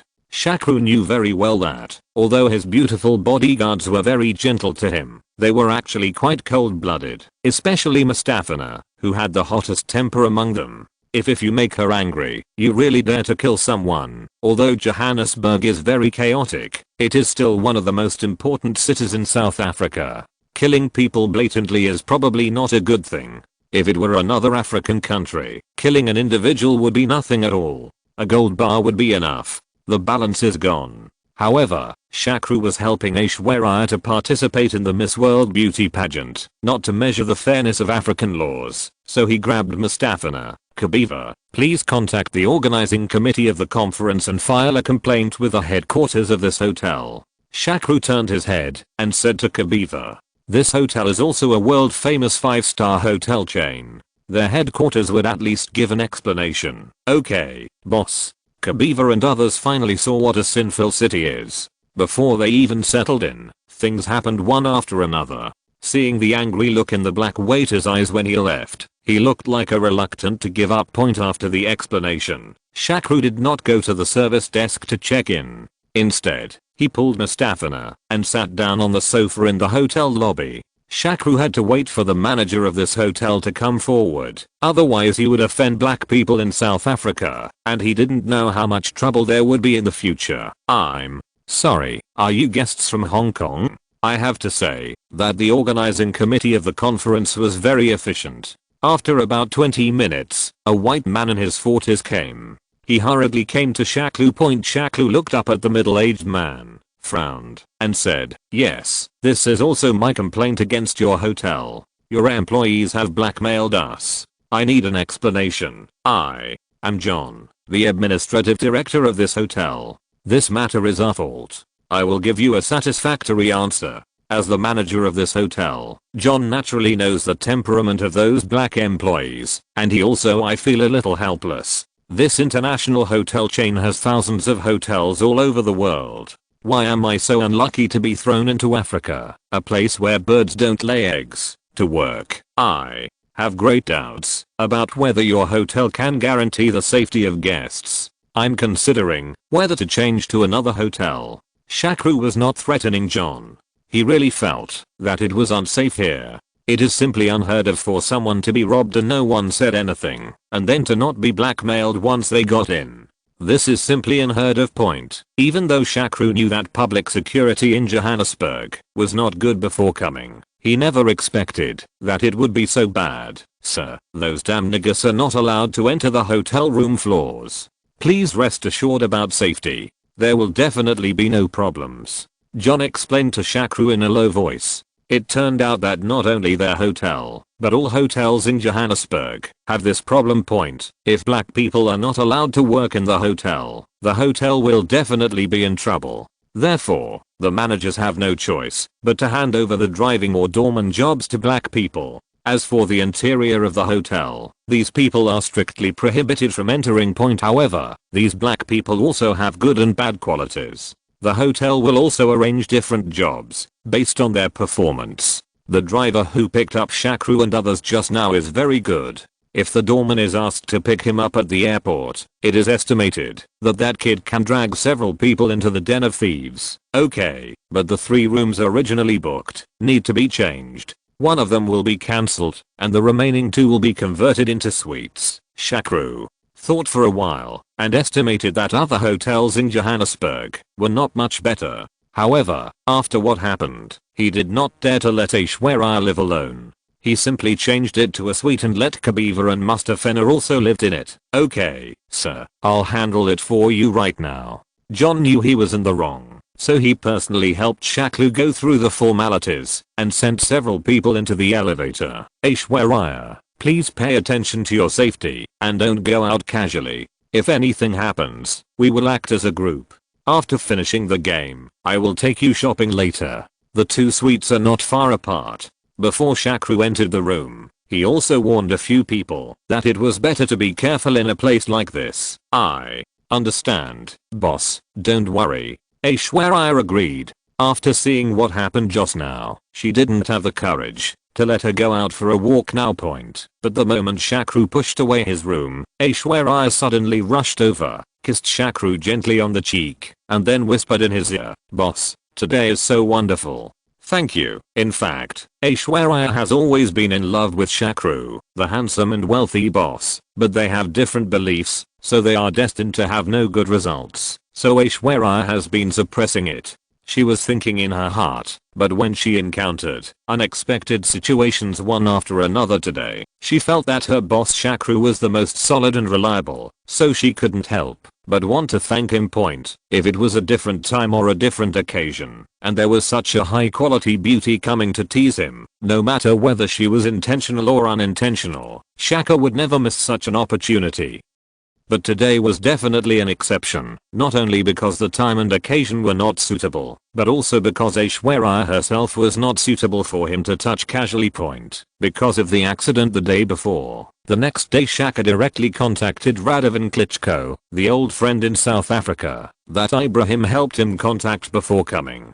Of course, Ibrahim's old friend is naturally not a good person. Shaka originally asked Ibrahim to help contact him in order to find him to help Aishwarya pave the way to win the championship, but safety is the first priority at the moment, so Shaka contacted this Johannesburg *** giant in advance point soon. Radovan's men came to the hotel to pick them up. The leader was called Pistorius, a mercenary. Not only were he fully equipped, but the 2 cars he drove were Volvos that had been modified to be bulletproof. It was said that, unless it was a rocket launcher, ordinary submachine guns would not be able to break through the defense of such a car for a while. Chapter 195. Inexplicable Romance Luck. After hearing Shakru's request, Radovan said with some distress, "Brother Shakru, if it's anything else, I'd dare to give you a guarantee in Johannesburg, but this is the only thing I'm a little unsure about. Because the judges of this beauty pageant are not all our locals. For example, Julia Molly, the president of the Miss World organization, the last Miss World champion Lisa Hanna of Jamaica, these 2 people are simply impossible to bribe. And as far as I know, there is also a girl named Jacqueline Virano who is also operating behind the scenes. I don't know who is behind her, but they started working relatively early, so it's hard to say what the outcome will be. Having said this, Radovan hesitated for a moment, and then said, one more thing is the cost. This kind of operation is very expensive. Ordinarily you are a friend of Ibrahim, let me tell you this, it's not very suitable, but as you can see, Johannesburg is really messy here. There are too many people and equipment to support, and the expenses are very high, so my place is not particularly well off recently. Before Radovan could finish speaking, Shakru hurriedly said, Brother Radovan, you are out of touch. I have to pay for this money. I will be very grateful if you can help me. If without you, I, an Indian, would not be able to live in the same place in Johannesburg. You know, even if you want to spend money, you don't know where to spend it. Like yesterday, you almost got robbed. So don't be polite to me when it comes to spending money. We can't save a penny of what we should spend. In addition, I definitely feel the same for the brothers who help with errands. In fact, Shakru had already been mentally prepared for spending money before he came, because no competition or selection in the world is absolutely fair and impartial. It is already very difficult to ensure that most aspects are fair. Even China's college entrance examination, the Olympic Games held every 4 years, or the World Cup are not without flaws, but there are only a few. The same is true for the annual Miss World beauty pageant. It can be said that 7 points are based on strength. 3 points depend on operations, although Shakru knew that the champion in 1994 would definitely be Aishwarya, but just in case, he felt that he should make as many preparations as possible to ensure that nothing went wrong. Now it seems that I was right to do this. Otherwise, if someone else runs it but you don't, the result will be hard to say. But I didn't know that Aishwarya's agency spent a lot of money in her previous life to push her to the throne of Miss World Point. After discussing relevant matters with Radovan, Shakru found Aishwarya, who had been anxious outside for generations. Shakru, who originally wanted to comfort her, suddenly had a whim, so he pretended to be calm. Said, Aishwarya, don't worry, I have found a very strong backer for you in this competition. So you are just going in for a formality, so don't be nervous. The policy will be good, and the performance will be abnormal. It's okay. After listening to Shakru's words, Aishwarya's expression finally relaxed a little, but she still asked, Boss, who are you looking for this time? It's Miss Julia Molly, the chairman of the Miss World organization. Shakru shook his head and replied, no, the 2 people I found are much better than her. Aishwarya asked in surprise, is there anyone with more energy than her? Who is that? Shakru chuckled and said, they are the 2 great gods Shiva and Allah. Aishwarya punched Shakru and said coquettishly, boss, don't say these nonsense, otherwise you will offend Allah. Shakru subconsciously grabbed Aishwarya's little hand and said, for you, I'm not afraid of offending everyone. After saying this, Shakru regretted it. This habit of teasing beautiful women is really bad. Knowing that Aishwarya can't tease her casually, why can't she keep her mouth shut? However, Aizbayu didn't know Shakru's inner thoughts, so she just thought that he was sincerely interested in her, so she turned around and sighed softly and said, boss, although I also like our company's Win the Heart very much, I admire the spirit of giving everything for love, but it is a movie after all, and it is difficult to do in the show. I'm MSL, and you are a Hindu. It is destined that we cannot come together, not to mention that you have already engaged to Miss Pamela. Shakru, who knew he had done something wrong, didn't know what to say at this time, so he could only sigh and stop talking. Unexpectedly, Aishwarya still misunderstood, so she whispered quietly, actually, as long as you have me in your heart, I will be satisfied.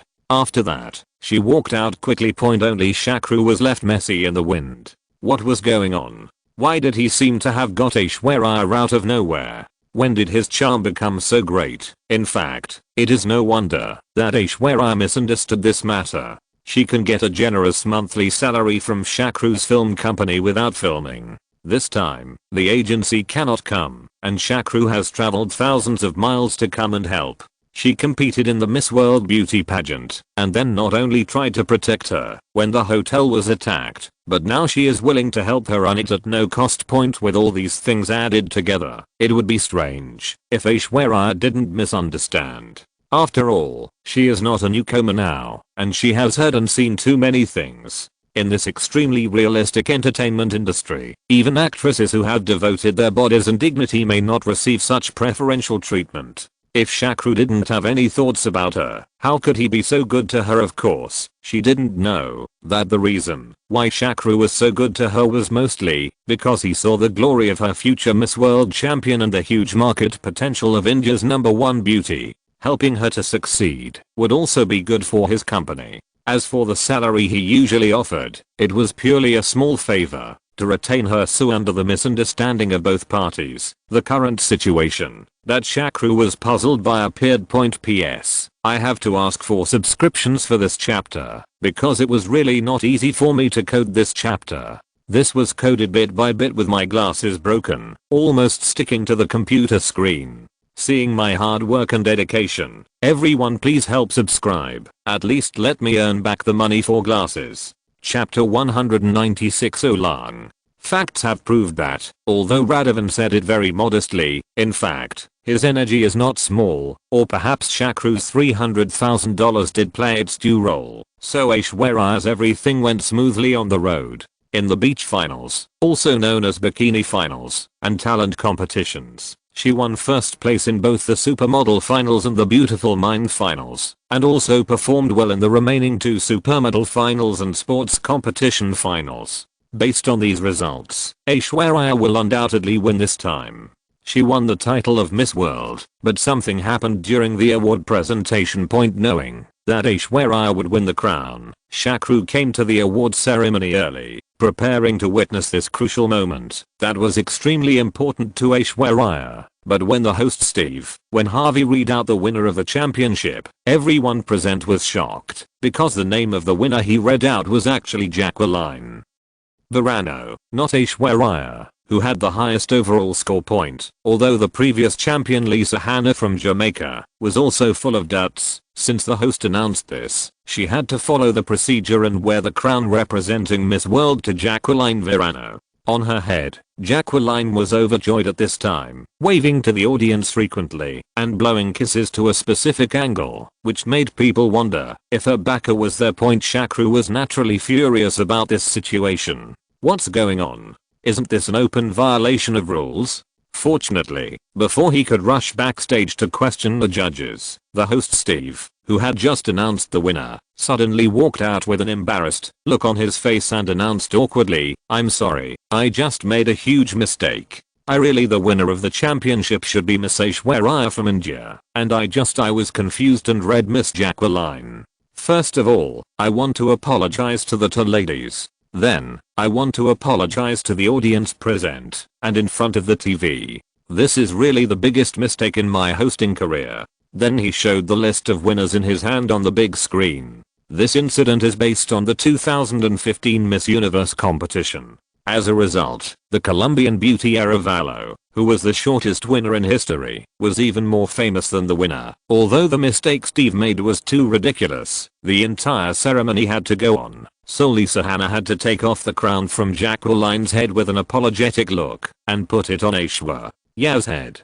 Such a dramatic scene naturally caused an uproar in the audience. Fortunately, Aishwarya's acceptance speech made everyone quiet down. Aishwarya was very excited and said, "Oh my god, everything today is so dramatic. I seem to have not adapted to this huge surprise. I'm very grateful to the judges of the competition for giving me for this honor. I would also like to thank the agency and film company that have always trained me, especially my boss Mr. Shakru Pandit. Without you, Aishwarya would never be where she is today." Then she changed the topic and said, "But my biggest hope today is that through this honor, my compatriots in my country, who are suffering from the plague, will have more strength to persevere. We firmly believe that the disaster will pass. A bright future must belong to us." Aishwarya's speech, especially the last part of her blessings and encouragement to the disaster-stricken compatriots, won everyone's applause and established her popularity. After returning to China. Generally speaking, the more critical a situation is, the more a hero is needed. It does not mean that a hero can save everything by himself. It is mainly that such an image is needed to divert everyone's attention and establish certain aspects confidence. And this time the heroes chosen by the Indian government are Shakru and Aishwarya. The reason for choosing Aishwarya is naturally because she has just won the title of Miss World Beauty pageant, and in her acceptance speech, she issued a declaration to encourage her compatriots to resist the disaster. This kind of spirit and behavior is exactly what the government urgently needs. It is also the first time that an Indian beauty has won this honor. This honor, which has wide influence in the world, is undoubtedly a very good tranquilizer for the panic-stricken Indian people who are in the midst of a disaster. As for the reason for choosing Shakru, it is even simpler. The winners of the conscience businessmen during the disaster relief period were the businessmen who took the lead in donating vaccines and selling medicines at affordable prices. They contributed greatly to the stabilization work in the early stage of the disaster, and naturally they should be greatly praised. After 2 months of panic, the plague situation throughout India has finally been basically alleviated and stabilized. In fact, during this plague disaster, the number of people who were actually infected with the plague and died was not that many, and it was not as high as the last time.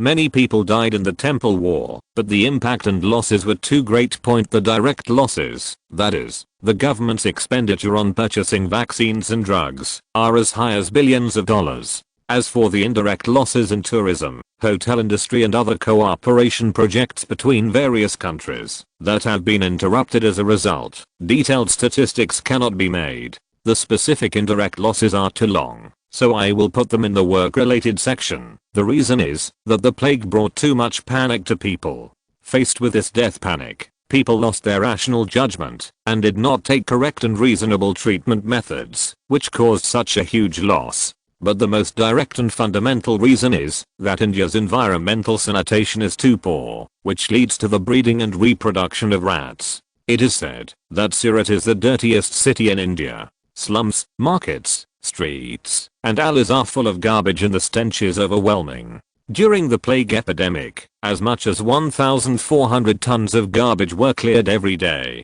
The garbage everywhere became a breeding ground for rats. However, it is regrettable that, even after experiencing such a terrible disaster, and having such a profound lesson, India's public health problems have not been improved since then. Until today, the first feeling of all tourists coming to India is that the environment is too dirty and too bad. Another puzzling question is that the rat temple in Rajasthan seems a bit weird. Because of the huge plague disaster and the rapid spread speed, and the large number of rats in the rat temple, there was no plague patient in the area near the rat temple. As a result, during this period, the rat temple was extremely popular, and many people rushed to pray, hoping to get the blessing of the big white rat. If you're listening to this novel on a channel other than Fanfic World, it means they downloaded and uploaded it without effort. We cordially invite you to visit our channel, Mundo Fanfic Novelos. There you'll find the original version of this story and you can explore many other novels of various genres. We're waiting for you to immerse yourself in a world of incredible novels. Chapter 197 Private Plane. Alliance Leader adds extra.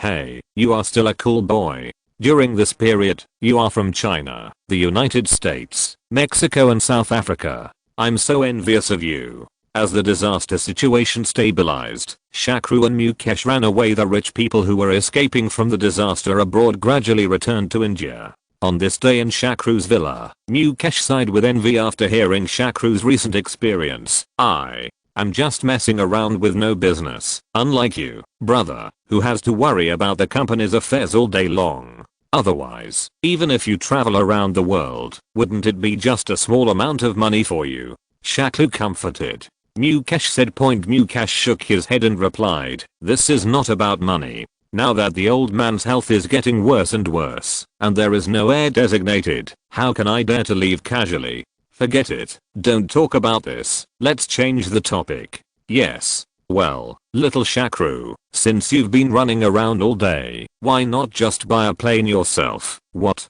Buy a plane? But I seem to have heard that helicopters are strictly controlled in China. Shakru said helplessly. In fact, due to the poor traffic conditions in New Delhi, detailed description in chapter 3, he has long wanted to buy a helicopter. However, since New Delhi is the capital, Helicopters are extremely strictly controlled. In fact, no matter where the helicopter is, in the capital of any country, helicopter control is very strict. Mukesh smiled disdainfully and said, "Helicopter? Oh my god, Shakru, you are also a billionaire, can you pursue it? If we want to buy one, we have to buy a jet business aircraft." Business jet. How much does it cost? To be honest, Shakru has never thought about buying a business jet, because in his opinion, such a big guy's not something he can afford. It's just that Shakru hasn't realized that with his current net worth, although he can't afford a luxury private jet worth hundreds of millions of dollars like the one Bill Gates flies on, he can still afford ordinary business jets, because it only took less than 2 years for Shakru to go from being penniless to having a net worth of over 100 million. His values and consumption outlook have not yet reached the cognitive height of this level of rich people. But in fact, in Hong Kong and other places, many wealthy people own their own private jets and luxury yachts. Owning a private jet will not only make your business activities faster and more convenient, but more often than not, it is also an act of showing your identity. It is said that the sailing hotel in Dubai will not accept you at all if you don't have a private plane, because there is only a helipad and no parking lot. In fact, many top rich people in India have their own private jets. Mukesh's family has a legacy business jet. When he saw that Shakru was a little moved, he advised, a normal private jet is a few $1,000,000. If the performance is relatively good, $10 to $20 million is enough. What? You can buy a jet business aircraft for just a few $1,000,000? This price made Shakru very excited, because his current liquidity is about $30 million US, and whether it is both pharmaceutical companies and Infosys have stable and sustained profits, not to mention that after the Asian financial crisis 2 years ago, he is confident enough to double or triple his assets. So now he spends several $110,000 is really no burden. Yes. Then how expensive do you think a plane can be? But then again, the maintenance cost of this thing is quite high. Many people can afford it, but cannot afford to maintain it. You know, an ordinary private plane lasts for 1 year. The maintenance cost is more than 100,000 US, and domestic general aviation airports are very limited, and the parking fee, the cost of operating and taking off and landing the aircraft is very high, at least 50,000 to 60,000 US dollars a year, not counting the salary expenses of the pilot and flight attendants. Anyway, after 5 or 6 years, the maintenance and repair of this aircraft will be calculated. The cost is enough to buy a new one. Mukesh helped Shakru analyze each item. After listening to Mukesh's calculations, Shakru secretly laughed in his heart. This amount of money is indeed a huge expense for a businessman doing traditional business, but he does not need much working capital, and after 2 or 3 years, the capital will be, it can still rise sharply, so there is no need to worry about this. So Shakru pretended to ponder for a moment, and then said, "It's okay, I can still afford the money, so please help me find out if there are any more cost-effective models." It must be said that Mukesh's work efficiency is extremely high. The next day he found Shakru and told him, "There are 2 models now, which I think are more suitable for you. One is from the American Raytheon Aircraft Company. The Prime Minister One business private jet produced, costs about $6 million US, and has a cruising speed of up to 835 kilometers per hour. It is the fastest light business jet in the world, but the space is a bit small, with only 5 or 6 seats. Another Hawker 800 XP business jet is also manufactured by Raytheon Company, but its performance, range, and number of passengers are much better than Prime Minister One. Of course, the price is also much more expensive, about $10 million US. Here are the specific data and analysis of the 2 aircraft. Take a closer look, and then make a decision. By the way, if you really want to buy it, I can help you solve the root problem. I have an uncle who is in charge of this." Mukesh's last sentence actually helped Shakru a lot, because the main reason why many rich people don't buy private jets is not the problem of money, but the trouble of air traffic. Because according to relevant domestic regulations, if a privately registered aircraft wants to fly, it must apply for a route 10 days in advance, otherwise it will not be allowed to take off. However, business activities are often decided on at the last minute, or even emergencies. No one can plan their future affairs in such detail. In this way, it is not as convenient to take a domestic flight as to take your own private jet, so many people give up the idea of buying a private jet. PS. After more than a week, I finally completed the 10 chapters of The Fallen Angel Leader. Next is the 2 chapters of Zinger and the 3 helmsmen of Actually I Still Don't Know, Hen an Old Man, and Me Z731. Don't worry, as long as I promise, I will definitely do it, and all of them are based on 2 updates every day, so please continue to reward and strive to make the reward and update uninterrupted. Especially the 7 deacons, they are only 1 or 2,000, 2 or 3,000 fans away from becoming the helmsman. Why don't they just strive for one more chapter? Chapter 198 Turning Point. After 2 days of careful study, Shakru decided not to buy Prime Minister 1. First of all, the standing height in the cabin is 165 meters, which Shakru absolutely cannot accept. With his height of nearly 1.8 meters, he has to hunch over when entering and exiting the 1.65 meter cabin. Not to mention the inconvenience when going to the bathroom. You can't spend millions of dollars to make yourself suffer, right?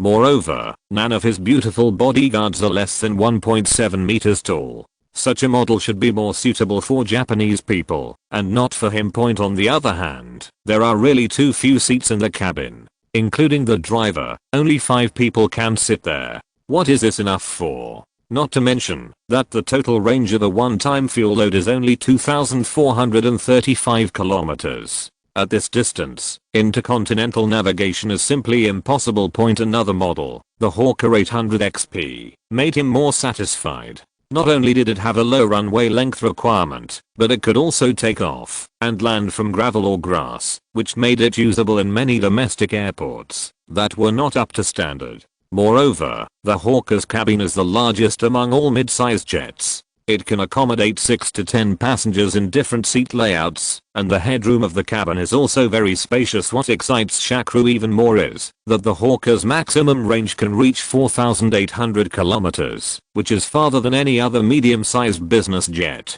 In this way, even to places like the United States and the United Kingdom, it only needs to stop on the way. It only requires oil once, which is very practical for Shakru. I took another look at the information. The world's best-selling luxury mid-size business jet. It is equipped with the world's most advanced electronic flight and navigation systems. The cabin is equipped with a central bar, a high-end toilet, fully adjustable leather seats and a flight dynamics display. High-fidelity audio, DVD and other high-end entertainment facilities, which are completely comparable to the Boeing 747 large passenger aircraft in terms of performance. After taking off, it quickly climbs to a stable airflow layer of more than 10,000 meters, reducing the possibility of turbulence. Although this aircraft cost up to $11 million, Shakru decided to buy one. After all, it was just a one-time purchase. He would rather spend more money than buy a good one, so Shakru asked Mukesh to help contact Raytheon's United States headquarters, requested to purchase a Hawker 800 XP business jet. Purchasing a private jet is definitely a big deal.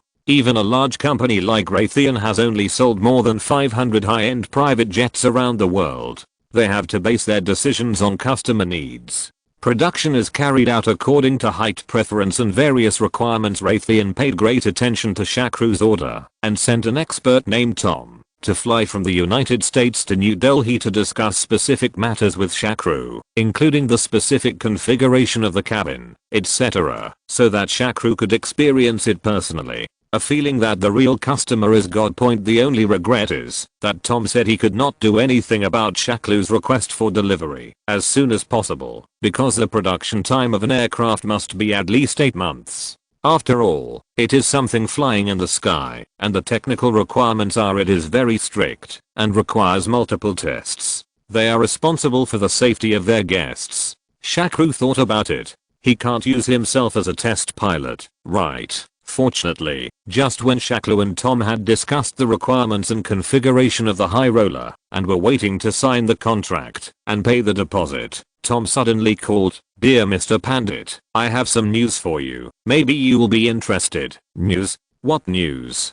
Tom, you are not telling me that your company's aircraft will increase in price, are you? Shakru said jokingly. No, it won't. We, Thor, pay attention to credibility. If the price increases, we will hold a press conference in advance. Tom explained to Shakru seriously, and then continued, that's it. I have a Wall Street client who got me last year. Our company ordered a Hawker private jet. Unfortunately, he recently went bankrupt, so he had no money to pay for the remaining balance of the aircraft. Now the aircraft is parked on our company's test pad, has passed the safety monitoring, and fully complies with safety standards. Before he could finish speaking, Shakru interrupted him and asked, wait, Tom, do you mean that this plane can be mine now, as long as I want it? He also complained in his mind that this roundabout and circular speaking style is a Chinese patent. Where did you, an American, learn it? Just ask me if I want to buy it and that's it, Mr.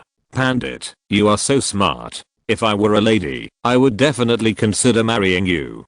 Tom's flattery left Shakru speechless. With Tom's speaking level and urgent tone, anyone with a normal mind can understand what he meant. Someone paid a deposit to pre-purchase the aircraft, but now they have no money to buy it. Does Raytheon want to sell it, Mr.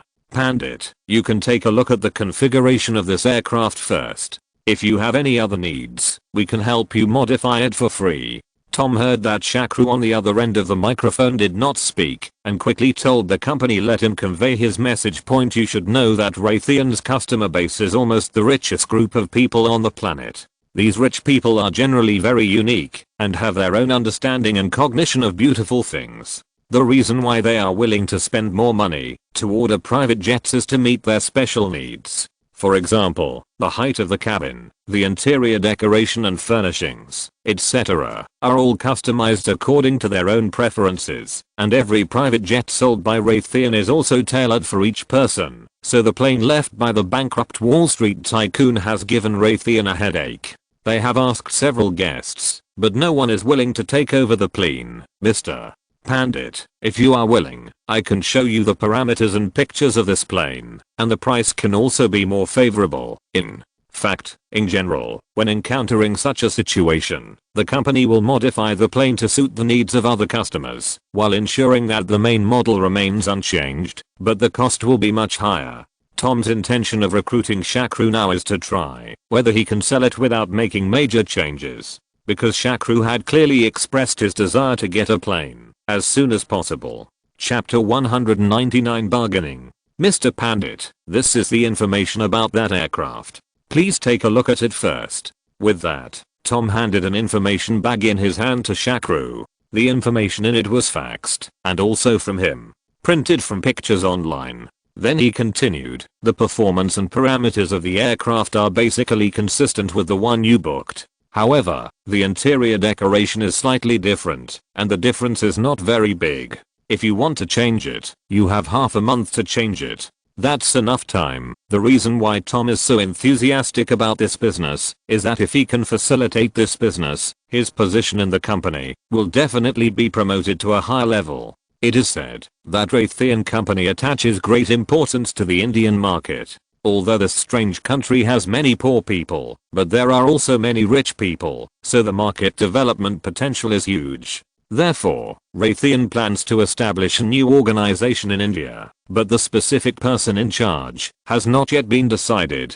It is this position that Tom wants to fight for. Shakru briefly glanced at the specific parameters of the aircraft. To be honest, he didn't understand much about these things. However, he could see that the decoration in the cabin was very luxurious. Almost everything that a luxury passenger aircraft could be equipped with, including it gives people the feeling of an Avo-ish point. In fact, Shakru guessed it right. The guy who originally ordered this private jet was an authentic Avo-ish. The number of billionaires and destitute people who appear on Wall Street every year is basically proportional. Someone gets rich every day.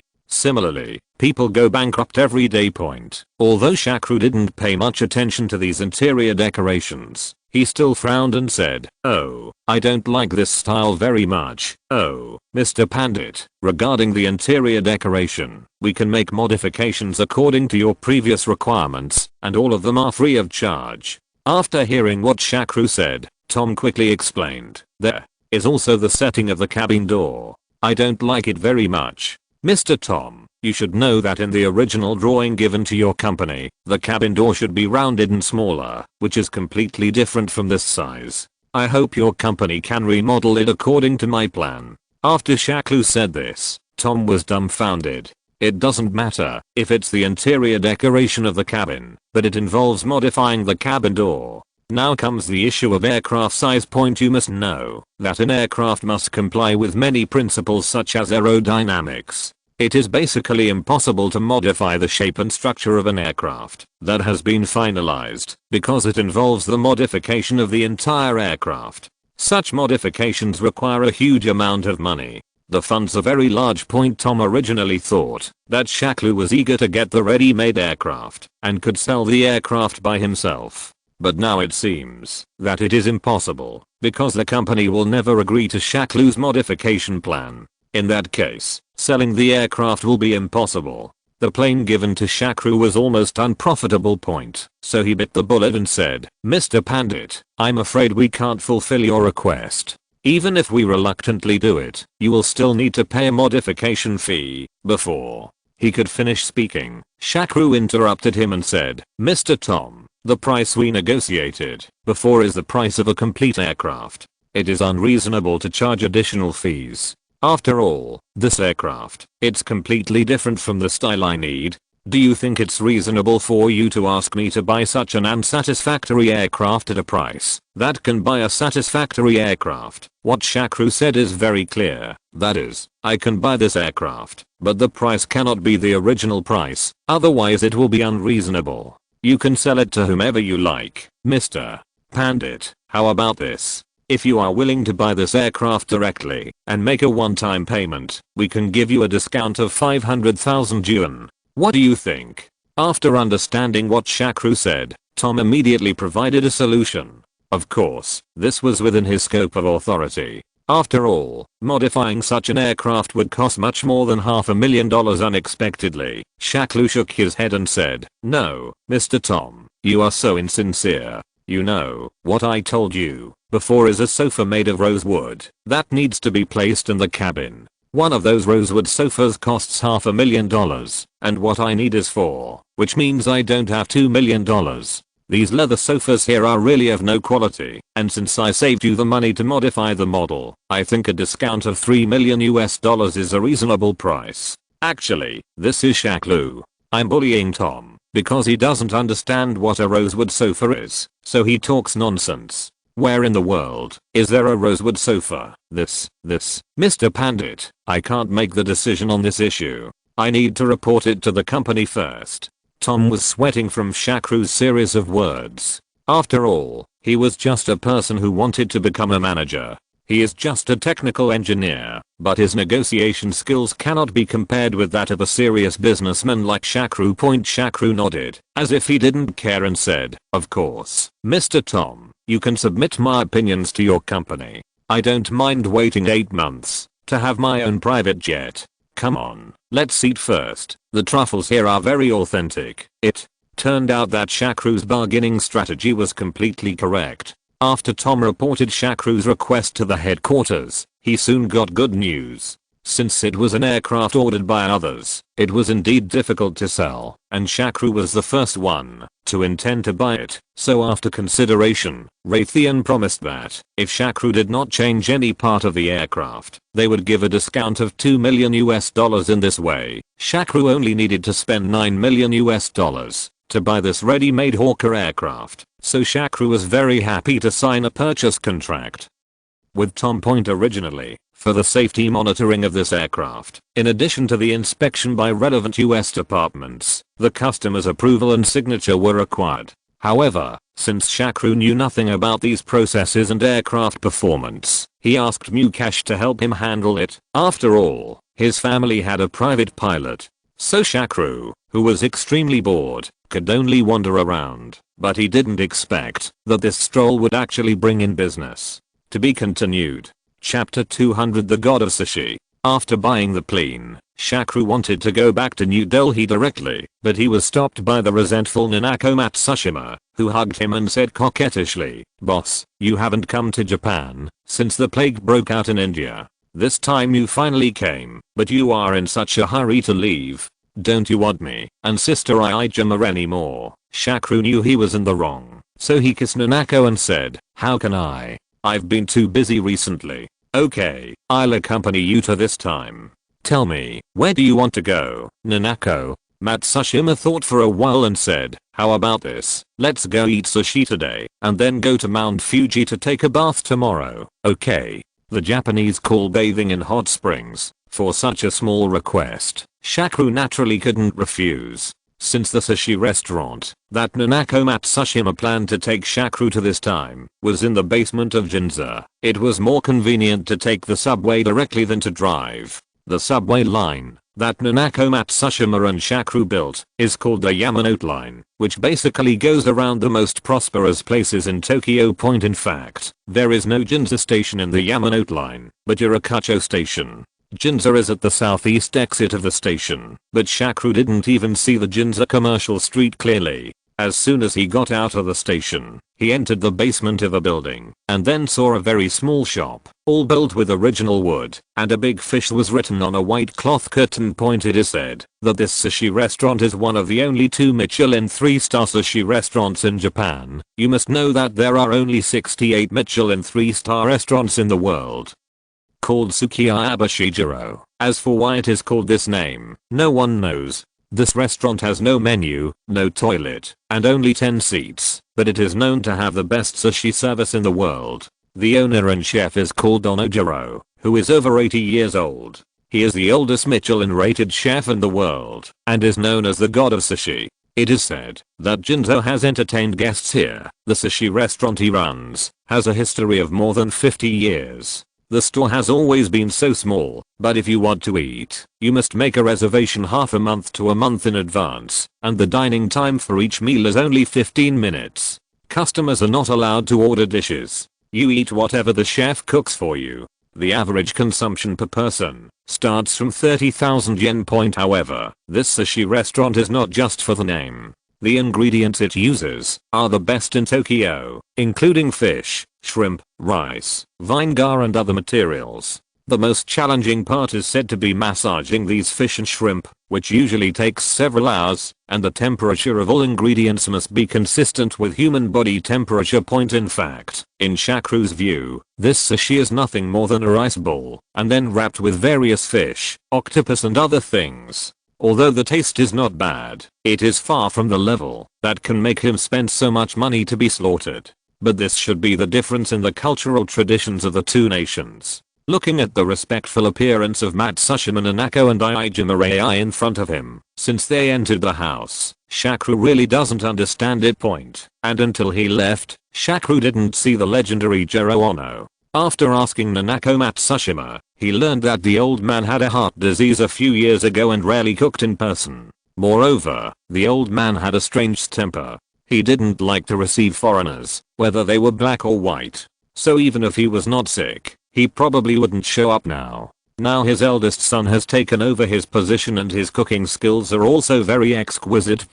Although Shakru has been to Japan many times, he has never been to Mount Fuji. In fact, going to Japan to see Mount Fuji is the same as foreigners going to Beijing to see the Great Wall and the Forbidden City. Mount Fuji is the highest peak in Japan and the holy mountain of the Japanese nation. It is about 3,700 meters high and one of the largest active volcanoes in the world. It is located in Shizuoka Prefecture, about 80 kilometers southwest of Tokyo. Not far to the south is Suruga Bay on the Izu Peninsula. This place is listed as Fuji Hakonaizu National Park by the Japanese government. Today's itinerary for Shakru and his friends is to drive to see Shanhu first, have lunch there, and then go to the 5th station. The 5th station means halfway up the mountain.